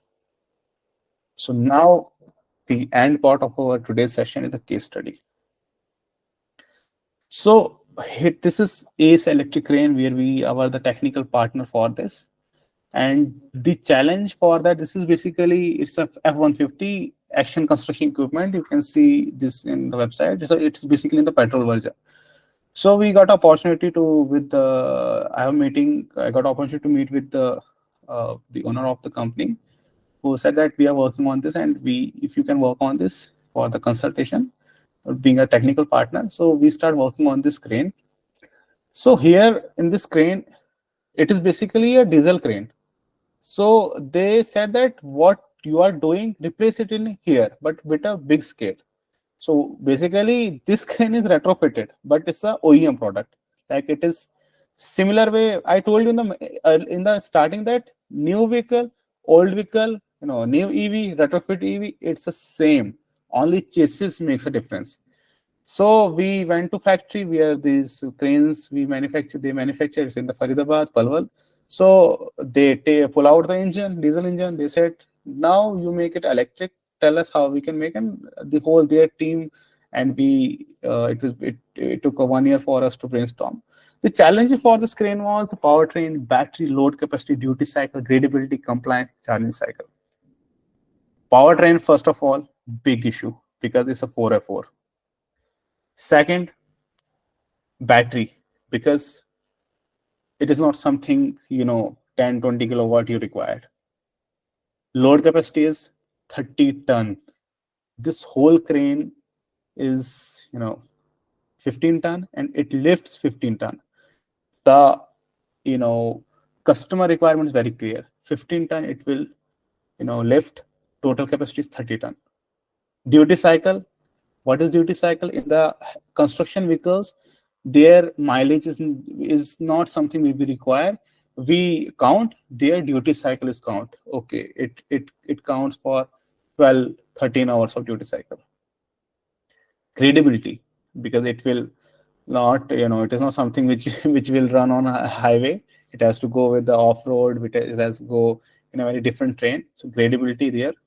Compliance, because whatever you are making, it has to comply with the government rules and government norms. And then charging cycle. So this is something a very similar way the electricity is explained, how it works. So if your wire is less, this is volt, this is ohm. So I can say in this picture, you can understand the whole electricity, how it works and what does the electricity means. So for this thing, I have to calculate what are the motor. I have to go. I mentioned in the earlier slide, we said, first of all, assessment, we know, then power motor calculation, then battery calculation, then compliance. We go with this calculation. You can see it's a handwritten. Sorry for the, my handwriting is not that good. So the crane was basically, it's a lifting capacity, the client requirement is 15 ton, operating weight is 15,525 kg, which is 15 ton, transmission synchro mesh, top speed 40 kilometer, gradability is 40% unladen. So it is very clear that this is the same petrol. It is basically on the diesel engine, not petrol. They want to replicate in the electric. I told you the best way to make the car electric is that to replicate the petrol diesel car with this electric power, with our electric power. It's the best way because the person is driving already that vehicle in the petrol. Obviously, it will get better if you use the electric, but first your vision is that to replicate that. They want the same gearbox because they said you have to just replace what your architecture here also. So we use the first hill climb for this is the mass into gravity into sine theta. Mass we are having 15,525, gravity 9.8. Sine theta we get from the gradability. If you convert the 40% gravity into the angle, so you will get the value of 0.366. You will get on the Google easily. So this is the force we get. It's a 55761.29 Newton. So these are the formula which I have basically made. It is something which works for me always. And yes, it is a basic formula also, but this is something tricky formula. I can say that some kind of I can say most quick way to understand this. So the total power is that total force into speed. For the speed, we have to take it in the meter per second. So 40 kilometer was the requirement. We have to divide it with the 5 by 18. It's on the Google as well to convert it to meter per second. It's 11.11. So force was 556,761 Newton multiplied by speed 11.11. You get the 77 kilowatt of power. This is the power you have to require for your motor, for your crane to run. This is the very simple, easy formula I have developed from where you get the power rating of the vehicle. But for that, all this data has to be very clear. But these formula vary because I'm talking about the one case study of my crane. Here the things are different, but you can implement in other also. So But what is operating weight, sir? Operating weight is 15,525. It's a 15 ton basically. So total weight GVW is 30 ton, 30,000 kg. What do you mean by operating weight? The lifting weight. This Yes. bomb. Okay, fine. Yes, this is the bomb. which it has to lift. So 15 ton is the whole vehicle weight, and 15 it lifts. So when we calculate all this thing, we get the 77 kilowatt of power rating. It is the desirable rating which we have to go. It is the maximum, because we have taken 40 kilometer per hour speed. So, but now the things come here that 77 kilowatt of the power you required. No, we don't need 77 kilowatt of power. It is the 77 kilowatt of peak power we required. And this is something which we have taken plus, because 40 kilometers is not something which a vehicle will continue to run. Because I am taking 15 ton of load with the 40 kilometer of speed it is running, which is not practically possible. It can never run on that. But in the calculation, we take the worst of the worst. As I mentioned, it cost me already 25 lakh rupees in the earlier. So this is 77 kilowatt of power which is required, and for that this is the peak, and we are having in the India with the one company inventor we develop the actual half of the motor, that is 37 kilowatt of motor with the peak power of around 75 kilowatt, and the torque is the same what that engine is having, because we are having a spec sheet. So it is hello. Yes. Sir, what do you mean by unladen? Like you have mentioned in the gradability section. Unladen is, this currently is the unladen weight. Okay. In which there is no load, no driver sitting inside. Okay, curb weight in short. Yes, unladen curb weight. Okay. And gross vehicle weight is that when it is with the full load, it is the driver is inside, right? Okay. So when we get this power rating, is a half of the power rating which we get. Now we get clear with the power, and definitely it is a PMSO motor because the requirement is very clear. And for this, here we have to go with the voltage. What kind of voltage we have to use? So we use the 384 volt here because the motor is big, the power requirement is big. The better the power, the better the voltage. Higher the voltage, lower the current, the I square or losses will be very less, which means heating of the wire, heating of the batteries will not be there. So we go with the high voltage system. To calculate with the battery, what kind of battery we have to use? Because I am taking 40 kilometer per hour. Here what I do, the twist is that I calculate this thing as 100 kilometer, but for this particular thing it is a duty cycle, but I am taking it as 100 kilometer it has to run. So basically for a vehicle we go with that part, but it synced in the, I can say how it synced. So for reference lab test, it is my formula to go with the 1 kilowatt, we use 1 ton. So 1 kilowatt of the motor, it is we calculate the one kilowatt, 1000 kg. It's a very simple example. You can get it from the e-rickshaw. So lab reference we have there from there. If you go with the e-rickshaw, there are 750 kilowatt of motor, there is 1200 watt of motor, and the load, the 8-9 people are sitting there. So almost we take it as a 1 ton for 1 kilowatt, and the energy consumption in the the reference we take a 70 watt hour per kilometer for 1 ton. So for the 1 ton with the 40 kilometer speed, it should be almost 70 to 80. It varies, but this is something which you take as a reference. And it also depends on the vehicle dynamics and lot of other factors also. But to ensure with the battery capacity, rough, whatever I'm talking about here in the calculation part, there is always a difference in the practical parts. When you go with the practical, when you make the vehicle, when you do all the things, there is always an error of margin. But this gives us a better reference how we have to go with that calculations.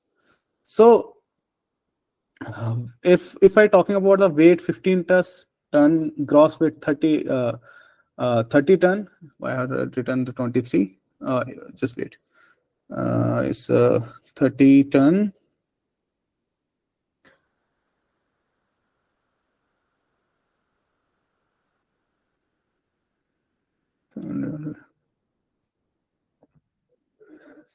It's a 23 ton basically. It's not a 30, I guess.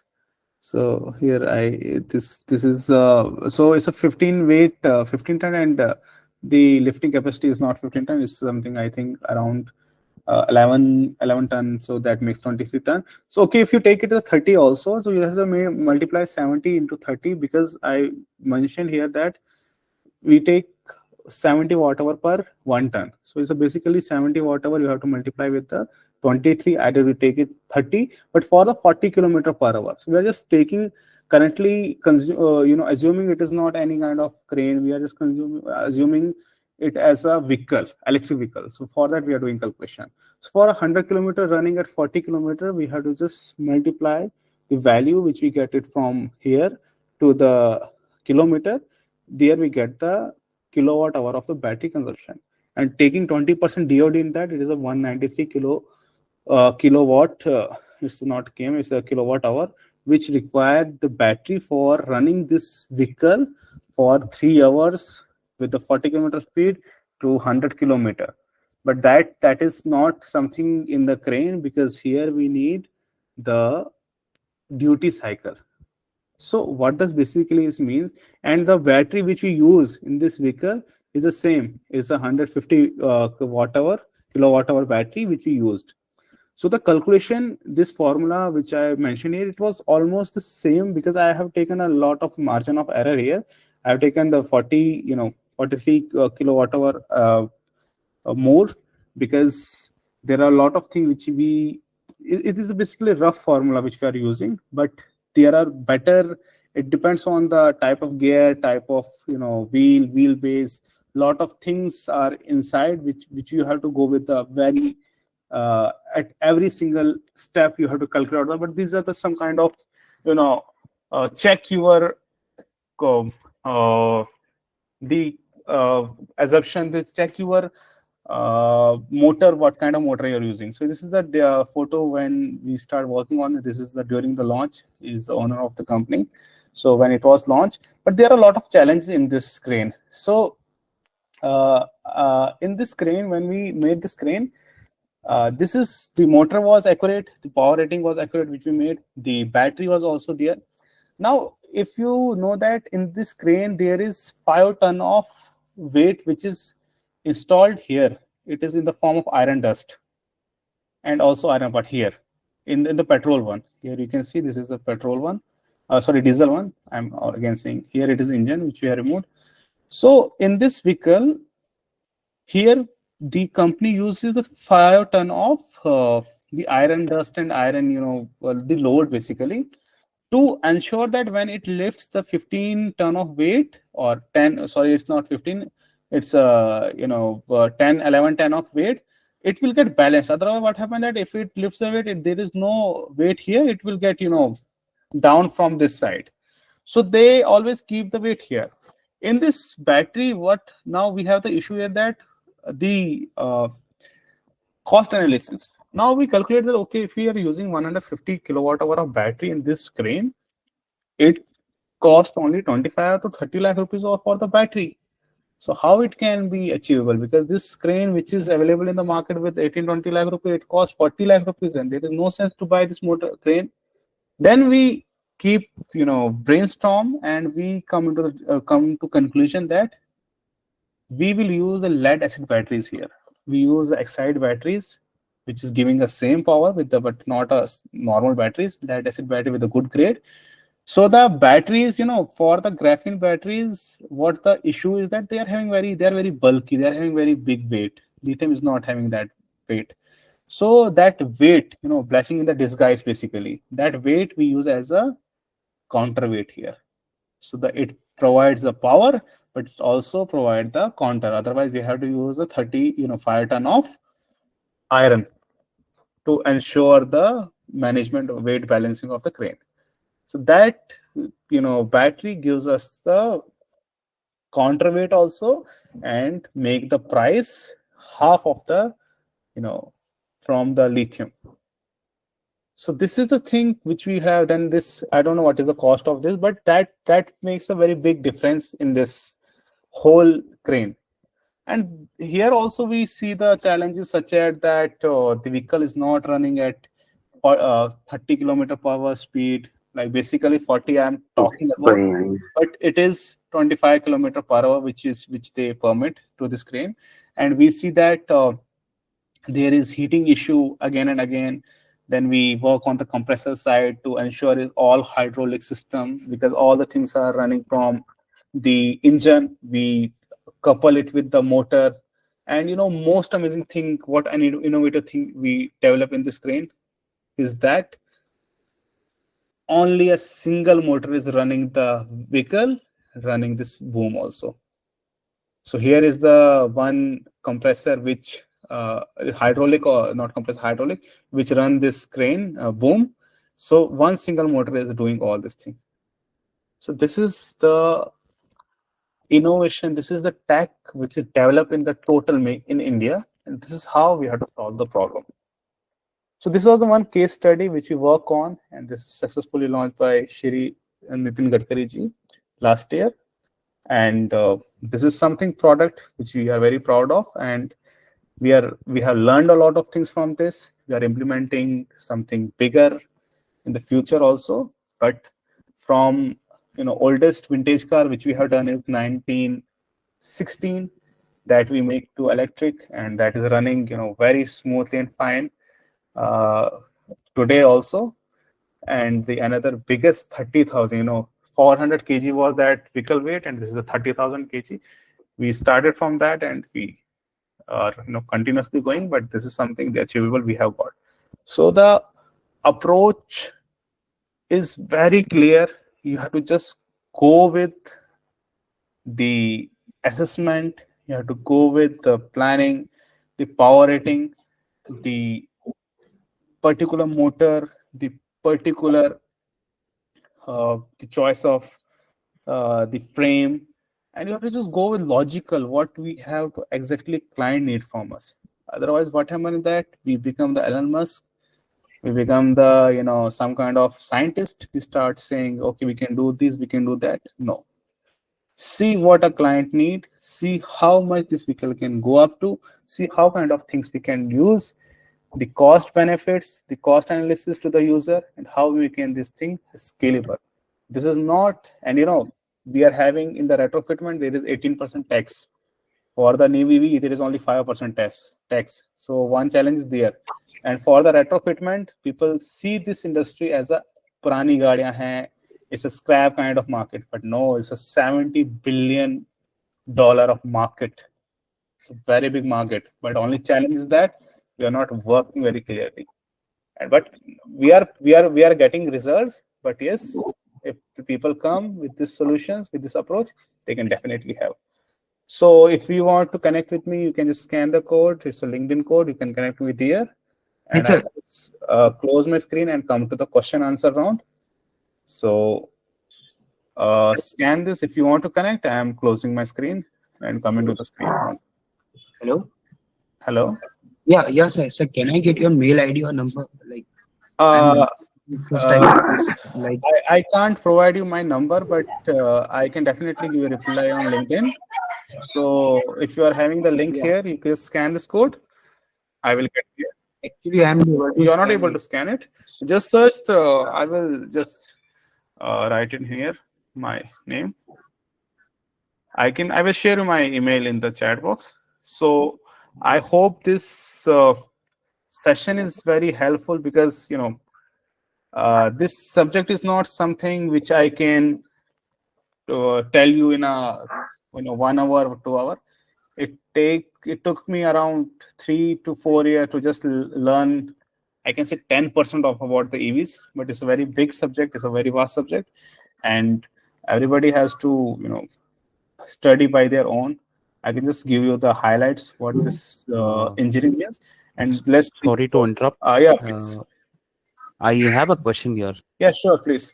So I can see that there are multiple things involved when you decide something, say a retrofit to be done to a vehicle, a two-wheeler or a four-wheeler. So from a student point of view, so who's planning to do something on a retrofitting, what would you suggest? It's like a more of a basic, where I would see this calculation part.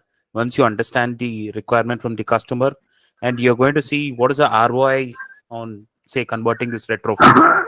So later that part, there are multiple technologies, multiple people involved, like your mechanical, your electrical, electronics, programming, simulation part. So how exactly you're going to handle all these, like multiple teams?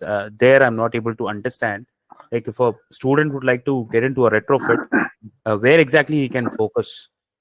Look, Abdullah, the thing is that retrofitment is not something which is, a student for a student. It's basically AV. It is only, I want to work in a car company. Okay, which car company you want to work? I want to work on a, in a Hyundai or in a Maruti. It is the same. Retrofitment is basically an electric vehicle. You are not making something, totally different thing. It is the same AV, same only chassis there. So for a student, if you want to go into the EV industry for a retrofitment, I will suggest, if you want to make your own startup, I will suggest don't do. This is a very challenging industry. Don't do. Either you don't have a lot of money in your pocket, and no investor will give you the money. Right. Hi, Javad. Yes. Sorry for the interruption. I just wanted to let you know that session is really nice. I mean, I'm glad to see that even after 2 hours, the students are so interested and they are taking the interest in your session. So it was just a compliment. I thought that if I'm here, Thank you, I'm not from the technical background, I'm the HR, but still even I was thinking, what are these things? And even I was enjoying that. So it's a really nice, I hope the students are also enjoying the session.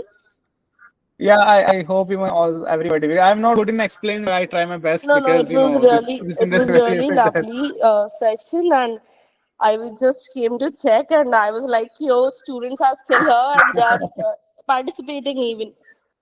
No, definitely. I think it is something which makes everybody more, relatable. Coming back to Abdullah, to your question, getting back to, EV in any company, either 2-wheeler, 3-wheeler, the architecture is always same. I will just, just give me, I will share you a letter if you connect me on the mail. So basically, it is something, not for the startup. Look, yes. Sir, one question. Plus speak in Hindi. My English so weak. मैं आपसे ये पूछना चाहता हूँ कि जैसे हम already, मैं दिल्ली से हूँ. ऑलरेडी यहाँ पे काफी इलेक्ट्रिक स्कूटर हैं, जैसे लाइक ओला, एथर. मैं पर्टिकुलर 2-व्हीलर पर फोकस करना चाहता हूँ, ना कि रेट्रोफिटिंग. आने वाले टाइम पे वही स्कूटर को ठीक करना पड़ेगा. मार्केट में चल रहे हैं, जो बड़ी बड़ी कंपनी आएंगी वो छोटे छोटे बंदों को खा जाएंगी. और मैं किसी को बोलूं 10 लाख लगा के गाड़ी बना ले, तो कोई नहीं बनाएगा, रिस्क नहीं लेगा 10 लाख का. आपको पता है. तो मैं ये चाहता हूँ कि 2-व्हीलर पे हम सर फोकस कर सकते. ओला पे जैसे वो कभी खराब होती है, हमारे पास आए तो हम ठीक कर पाए. उसमें क्या है कि सॉफ्टवेयर है, टेक्निकल है, उसके बारे में चाहता हूँ सर. 2-व्हीलर में फोकस करना चाहता हूँ. आपका नाम क्या है? मेरा नाम बलविंदर है. आपका ड्रीम ईवी लिखिए. बलविंदर जी, देखिए मैं आपको ना एक बड़ी कड़वी बात बताऊंगा.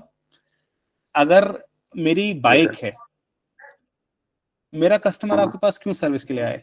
मैं उसको 5 साल की वारंटी दे रहा हूँ, और अगर एक तार भी खुली मैं वारंटी हटा दूंगा. आप खेल समझ रहे हैं? सर मैं एग्री हूँ, पर ओला मैं समझ गया. मैं आ रहा हूँ उसी पॉइंट पे आ रहा हूँ. ओला में क्या कर रहे हैं? ऑलरेडी सर सर्विस नहीं मिल पा रही. नहीं, वही मैं कह रहा हूँ. देखिए इसमें बलविंदर जी, ओला के केस में क्या होता है कि साइड स्टैंड भी हम एक्स्ट्रा लगा देते हैं, तो वारंटी एक्स्ट्रा मानते हैं वो. मैं एग्जैक्टली राहुल जी, मैं उसी बात पे आ रहा हूँ, और बलविंदर जी मैं उसी बात पे आ रहा हूँ कि देखिए कड़वी बात यहाँ पे ये है कि मैं भी अपनी जो गाड़ियां हमारी कंपनी की जाती हैं टाइटपुल की, हमारी एक नट पे अगर खुल जाए ना, मैं कस्टमर की 5 साल की वारंटी खत्म कर देता हूँ. और उससे क्या होता है कि कस्टमर डर जाता है. इवन देखिए हमारे घर के अंदर टीवी है ना, तो मैं 40 किलोमीटर दूर जाके सर्विस सेंटर के अंदर टीवी को रिपेयर करवाऊंगा, मैं नॉर्मल मैकेनिक से नहीं करवाऊंगा. तो इस इंडस्ट्री के अंदर दिक्कत सबसे बड़ी क्या है कि सारे व्हीकल जो है वारंटी के अंदर है, और इसके अंदर हमें पता नहीं कि इसके अंदर एग्जैक्टली क्या है, क्योंकि हर एक का टैग अलग है. देखिए आर्किटेक्चर सेम है, मोटर पता है इसके अंदर क्या है, लेकिन मोटर का कैन, उसका पावर, उसका सिग्नल लेना वो सेम नहीं, और ये कोई भी नहीं बताना चाहता कि हम इसको कैसे बना रहे हैं. अब देखिए, जो अगर पेट्रोल की बात करें, 100 साल पुरानी टेक्नोलॉजी, हर एक को पता है कैसे खोलना है. लेकिन अगर हम पर्टिकुलर BMW ऐसी गाड़ियों की बात करें, आपको बहुत ही कम मैकेनिक मिलेंगे जो उस गाड़ी के ऊपर काम करते हैं. तो सेम ईवी इंडस्ट्री भी करंटली है. अगर आपको बाइक बनानी है, आप कहते हैं कि मैं अगर खुद की बाइक बनाता हूँ, 10 लाख रुपए कोई इन्वेस्ट करेगा. देखिए वरिंदर जी, गाड़ी आप बना लेंगे, बाइक आप बना लेंगे, 10 लाख तो बहुत ज्यादा अमाउंट है. 5 लाख में बना देंगे, 3 लाख में बना देंगे. आपको पता होना चाहिए कि एक बाइक को अगर आपको आईकैट या एआरआई कराना है तो उसकी फीस 2 करोड़ रुपए है उसको पास कराने की, और इन्वेस्टर से 2 करोड़ रुपए लेके पास कराना, कोई इन्वेस्टर आपको 2 करोड़ रुपए पासिंग के नहीं देगा। 25 किलोमीटर के नीचे अगर आप चलाते हैं उस पर आपको कोई कंप्लायंस की जरूरत नहीं है। तो वो इंडस्ट्री आपके लिए बहुत ओपन है। अगर आप दिल्ली के अंदर है तो आपने बाज बाइक सुना होगा, आईआईटी दिल्ली का स्टार्टअप है, उन्होंने 25 डिलीवरी के लिए 25 किलोमीटर पर आवर के नीचे की बाइक्स बनाई हैं जो कि डिलीवरी में यूज होती है, यूलू टाइप की। तो वो इंडस्ट्री बहुत ही अच्छी जिसमें आप बहुत ही अच्छा बना सकते हैं और उसकी जो मोटर आर्किटेक्चर बहुत ही सिंपल है। तो वो इंडस्ट्री बहुत अच्छी है। ठीक है सर, ठीक है। हाँ सर, मेरा क्वेश्चन अभी बाकी है। हाँ अब्दुल्ला, सॉरी आपका क्वेश्चन बाकी है, मैं आपका क्वेश्चन थोड़ा रिपीट करेंगे आप? हाँ वही जो रेट्रोफिटिंग इन हाँ, केस मैं रेट्रोफिटिंग का वही कह रहा। देखिए retrofitting EV is same industry है, तो बस नाम है। अभी तो ईवीफिकेशन भी मैंने कल ही नई टर्म सुनी इसके लिए। तो इसके अंदर आपके किसी भी कंपनी के अंदर आप जाके, बहुत सारी कंपनीज हैं जो कि ईवी पे काम कर रही हैं, 3 व्हीलर बना रहे हैं, 2 व्हीलर बना रहे हैं, architecture is same. You can work on that being as a student. अगर आप कहते हैं कि मैं if I have to go open my startup, don't do this. Industry is not something, you know, अब ये बहुत इंडस्ट्री चैलेंजिंग हो चुकी है। 2 व्हीलर भी, 3 व्हीलर, रेट्रोफिटिंग भी आप खोल लेंगे। बट आई टोल्ड यू, जितना मैंने आपको अभी तक बताया, ये जब मैंने शुरू किया था मुझे नहीं पता था, मुझे तो कुछ नहीं पता था कि कंप्लायंसेस क्या होते हैं, आर्किटेक्चर के। तो कर करके सीखा और अभी भी सीख ही रहे हैं। मैं इसलिए कहा कि मैं 10% ही शायद ईवी के बारे में समझता हूँ और जानता हूँ। बहुत बड़ा सब्जेक्ट है। और जब आप देखिए, college project is something which you can make when you come at the customer. आपको गालियां भी खानी पड़ती हैं। So it's a better to work with the companies like DIYguru is a very good platform from where you can have placements and all. From there you can connect with the industry and make yourself, you know, Harshad Mehta of that industry. Okay, thank you. Thank you. I have a small question if I can. Sure, definitely. So first of all, thank you, Jawad. Thank you, Lavisha, and everyone at DIYguru. And I'm already a student with you. So my question is about the crane, the F-150 crane. You have been like retrofitting. So I know that the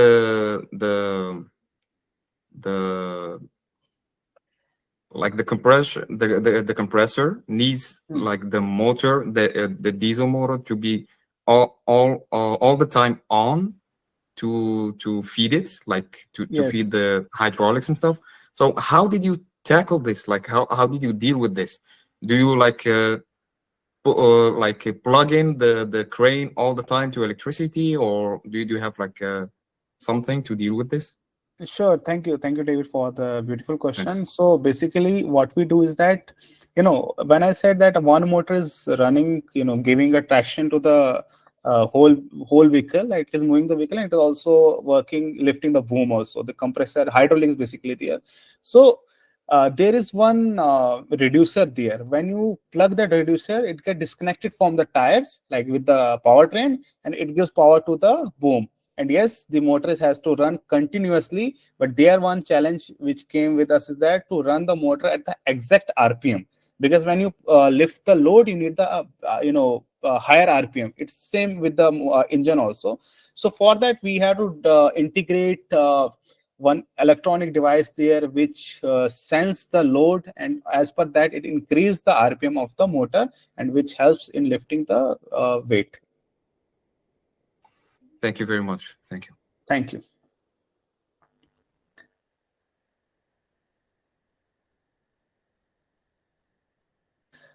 There is, I can see 4 questions from Rafiq. That is retrofitting being neglected by government. Yes, definitely it is neglected, because, you know, it is something industry which I can say very good industry, but currently it is neglected. But people, you know, government are thinking on this, because look, Rafiq, nobody has done till now has shown the result to the government, and everybody is saying, sir, reduce the tax, reduce this. ऐसे नहीं होता है। जब तक आप results नहीं दिखाएंगे तब तक काम नहीं होगा। And why there is no subsidy for the retrofitting? Because nobody has ever shown the result. जब तक आप रिजल्ट नहीं दिखाओगे तो आप पापा को बोल दो कि, you know, बचपन में कहते थे ना कि मुझे साइकिल चाहिए, तो व्हाट दे सेड कि फर्स्ट आ जाओ 10th में, तो यहाँ पे भी सेम है, जब तक आप रिजल्ट नहीं दिखाओगे कि इसका इम्पैक्ट कितना है तो सब्सिडी कहाँ से होगी. But now the good part is we had a meeting with Delhi government and they are providing subsidy on the retrofitment. Even Hyderabad is also providing, Telangana. Government is coming with this scheme. Why doesn't government standardize retrofit for all the available model?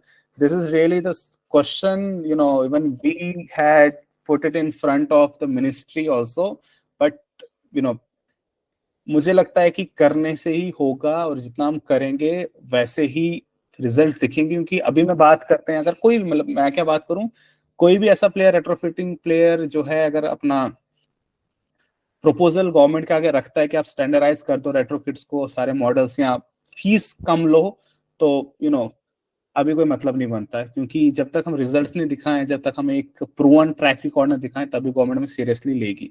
Is retrofitting a profitable business? Definitely it is a profitable business, but it is the business in which you become the default OEM. सो ये business बिल्कुल profitable है. हाँ, उतना ज्यादा नहीं है कि जितना आप सोच रहे हो एक नए OEM को मिलता है, लेकिन आप उतना ज्यादा बना सकते हैं. उसका रीजन है to standardise the things, to work on your whole system to make it profitable, because चीजें profitable बनती हैं बनाने से. और yes, आप उतना ज्यादा उसके अंदर, मतलब आप वॉल्यूम ऑफ स्केल के ऊपर इसके ऊपर खेल सकते हैं, एक दो गाड़ियों के ऊपर. there is no sense. Any other buddy? I hope I give answer to the every question. And sir, I think sir, market में सर यो हीरो स्प्लेंडर की रेट्रोफिटिंग किट आ रही है सर, वो कितनी रिलायबल है सर? जी बताएंगे उसके बारे में? आई थिंक वो गोगो A1 पुणे के जो हैं वो बेच रहे हैं, right? Yes sir. Rahul ji, बड़ा सिंपल क्वेश्चन आपसे पूछूंगा. आपके पास स्प्लेंडर, आप स्प्लेंडर लेते कितने? आई थिंक 1,75,000 की आती है कि 80,000 की आती है? कितने की आती है ना? 80,000 ना. और राहुल जी, उसके अंदर मैं आपको कहता हूं कि आप इसके अंदर रेट्रोफिटेड किट लगा दीजिए 90,000 की. Does it make a sense? Yes sir, right. तो बात ही खत्म. रिलायबिलिटी तो बात तब पहुंचती है जब मैं उसको पहले इकोनॉमिकली तो जस्टिफाई करूं. मैं 50,000 की चाइनीज स्कूटी खरीद लूं, मैं 90,000 में एथर ले लूं, ओला ले लूं. So if you are having a better off in the market, why you go with the retrofitment? I told you in the starting, you have to choose the market very wisely. मैं किस segment के ऊपर काम कर रहा हूँ. अब मान लीजिए अगर मैं ट्रक को इलेक्ट्रिक करता हूँ, एक like we had opportunity from Birla groups, जहां पे उनके दिन का 25 लाख रुपए का डीजल चलता है, और अगर वो अपने उन ट्रक्स को इलेक्ट्रिक करते हैं, अपना कैपिटल लगाते हैं, तो उनके हर दिन का जो बजट है डीजल की, वो है आपकी कुछ नहीं इलेक्ट्रिसिटी काट के, सारा मेंटेनेंस काट के आपके 22 लाख रुपए हर दिन के बच रहे हैं, इवन उससे भी ज्यादा. तो उस मार्केट को टारगेट करें जहां पे प्रॉब्लम वाकई है. आप स्प्लेंडर जो चला रहे हैं वो 90,000 रुपए आपको स्प्लेंडर इलेक्ट्रिक करने के देगा. तो choose your market and customer very wisely. Okay sir. Manish ji, आपने हाथ रेज किया है. Manish Sahu.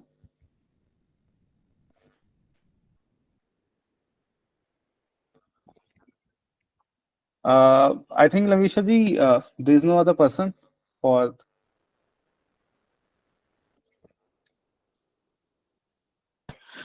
Sir, I just texted you something. Let me just. Can you please pardon the question? Can you please come back?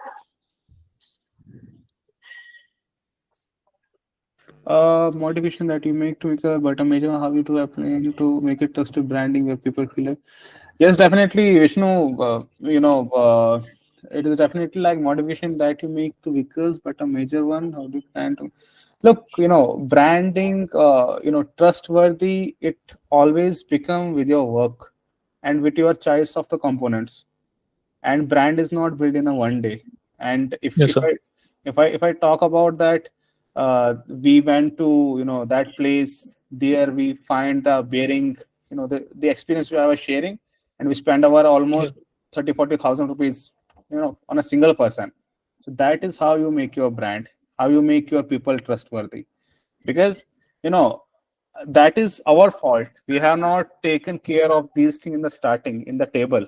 So component, first of all, the standard of quality of the material, the quality of the component, and the quality of the approach, even the process you have to define in the starting. And then when your work is in the market, then your action speaks, and then your brand becomes some kind of trustworthy, and people start if Tadpole is getting repeated order every month, I think we are on that way. Yeah. Thank you, sir. Thank you for the session. Thank you, Vishnu.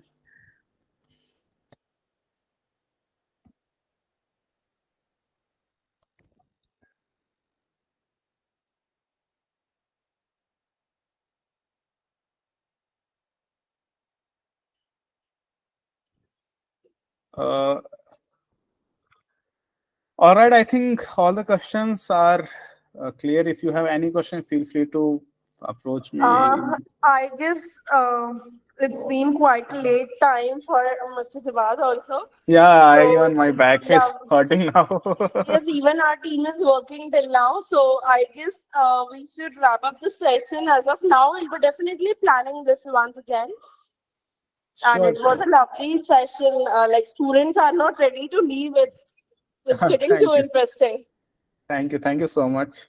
I hope I just give you my whatever the best I can. Yeah, I've shared the LinkedIn IDs of you, of me, and of DIYguru. They can directly connect to us. You can connect with me as Lavisha Basantani and by Jawad Khan to him, and you can directly inbox us. Sure, you can send the PPT. Lavisha ji or Shubham ji is having. I have shared him the PPT. I will share him the revised version, and if anybody need, you can send accordingly. Please contact the DIYguru team for the PPT. It is Sure, Jawad. Sure, Jawad. Thank you for your time, Jawad. I think this was one of the most interactive session we have ever had. Thank you. I hope everyone liked it. Thank you. So guys, for update, we are on next Sunday. We are organizing one more session like this. I'll share the update for the topics and all. Thank you, guys. And we are starting a batch for placement oriented course, specialization course. If anyone required for such kind of training, do let us know. All the information, contact related details already been shared in the chat box. You guys can feel free to reach us. Thank you, Jawad. Thank you everyone for joining. Thank you everyone. Good night. Thank you, Lavisha. Thank you for your time. Good night, everyone. Thank you. Thank you, Irfan. Have a good night, everyone. Take care. Bye-bye. Bye. Good night. Good night. Have a good night. Bye. Thank you. Bye.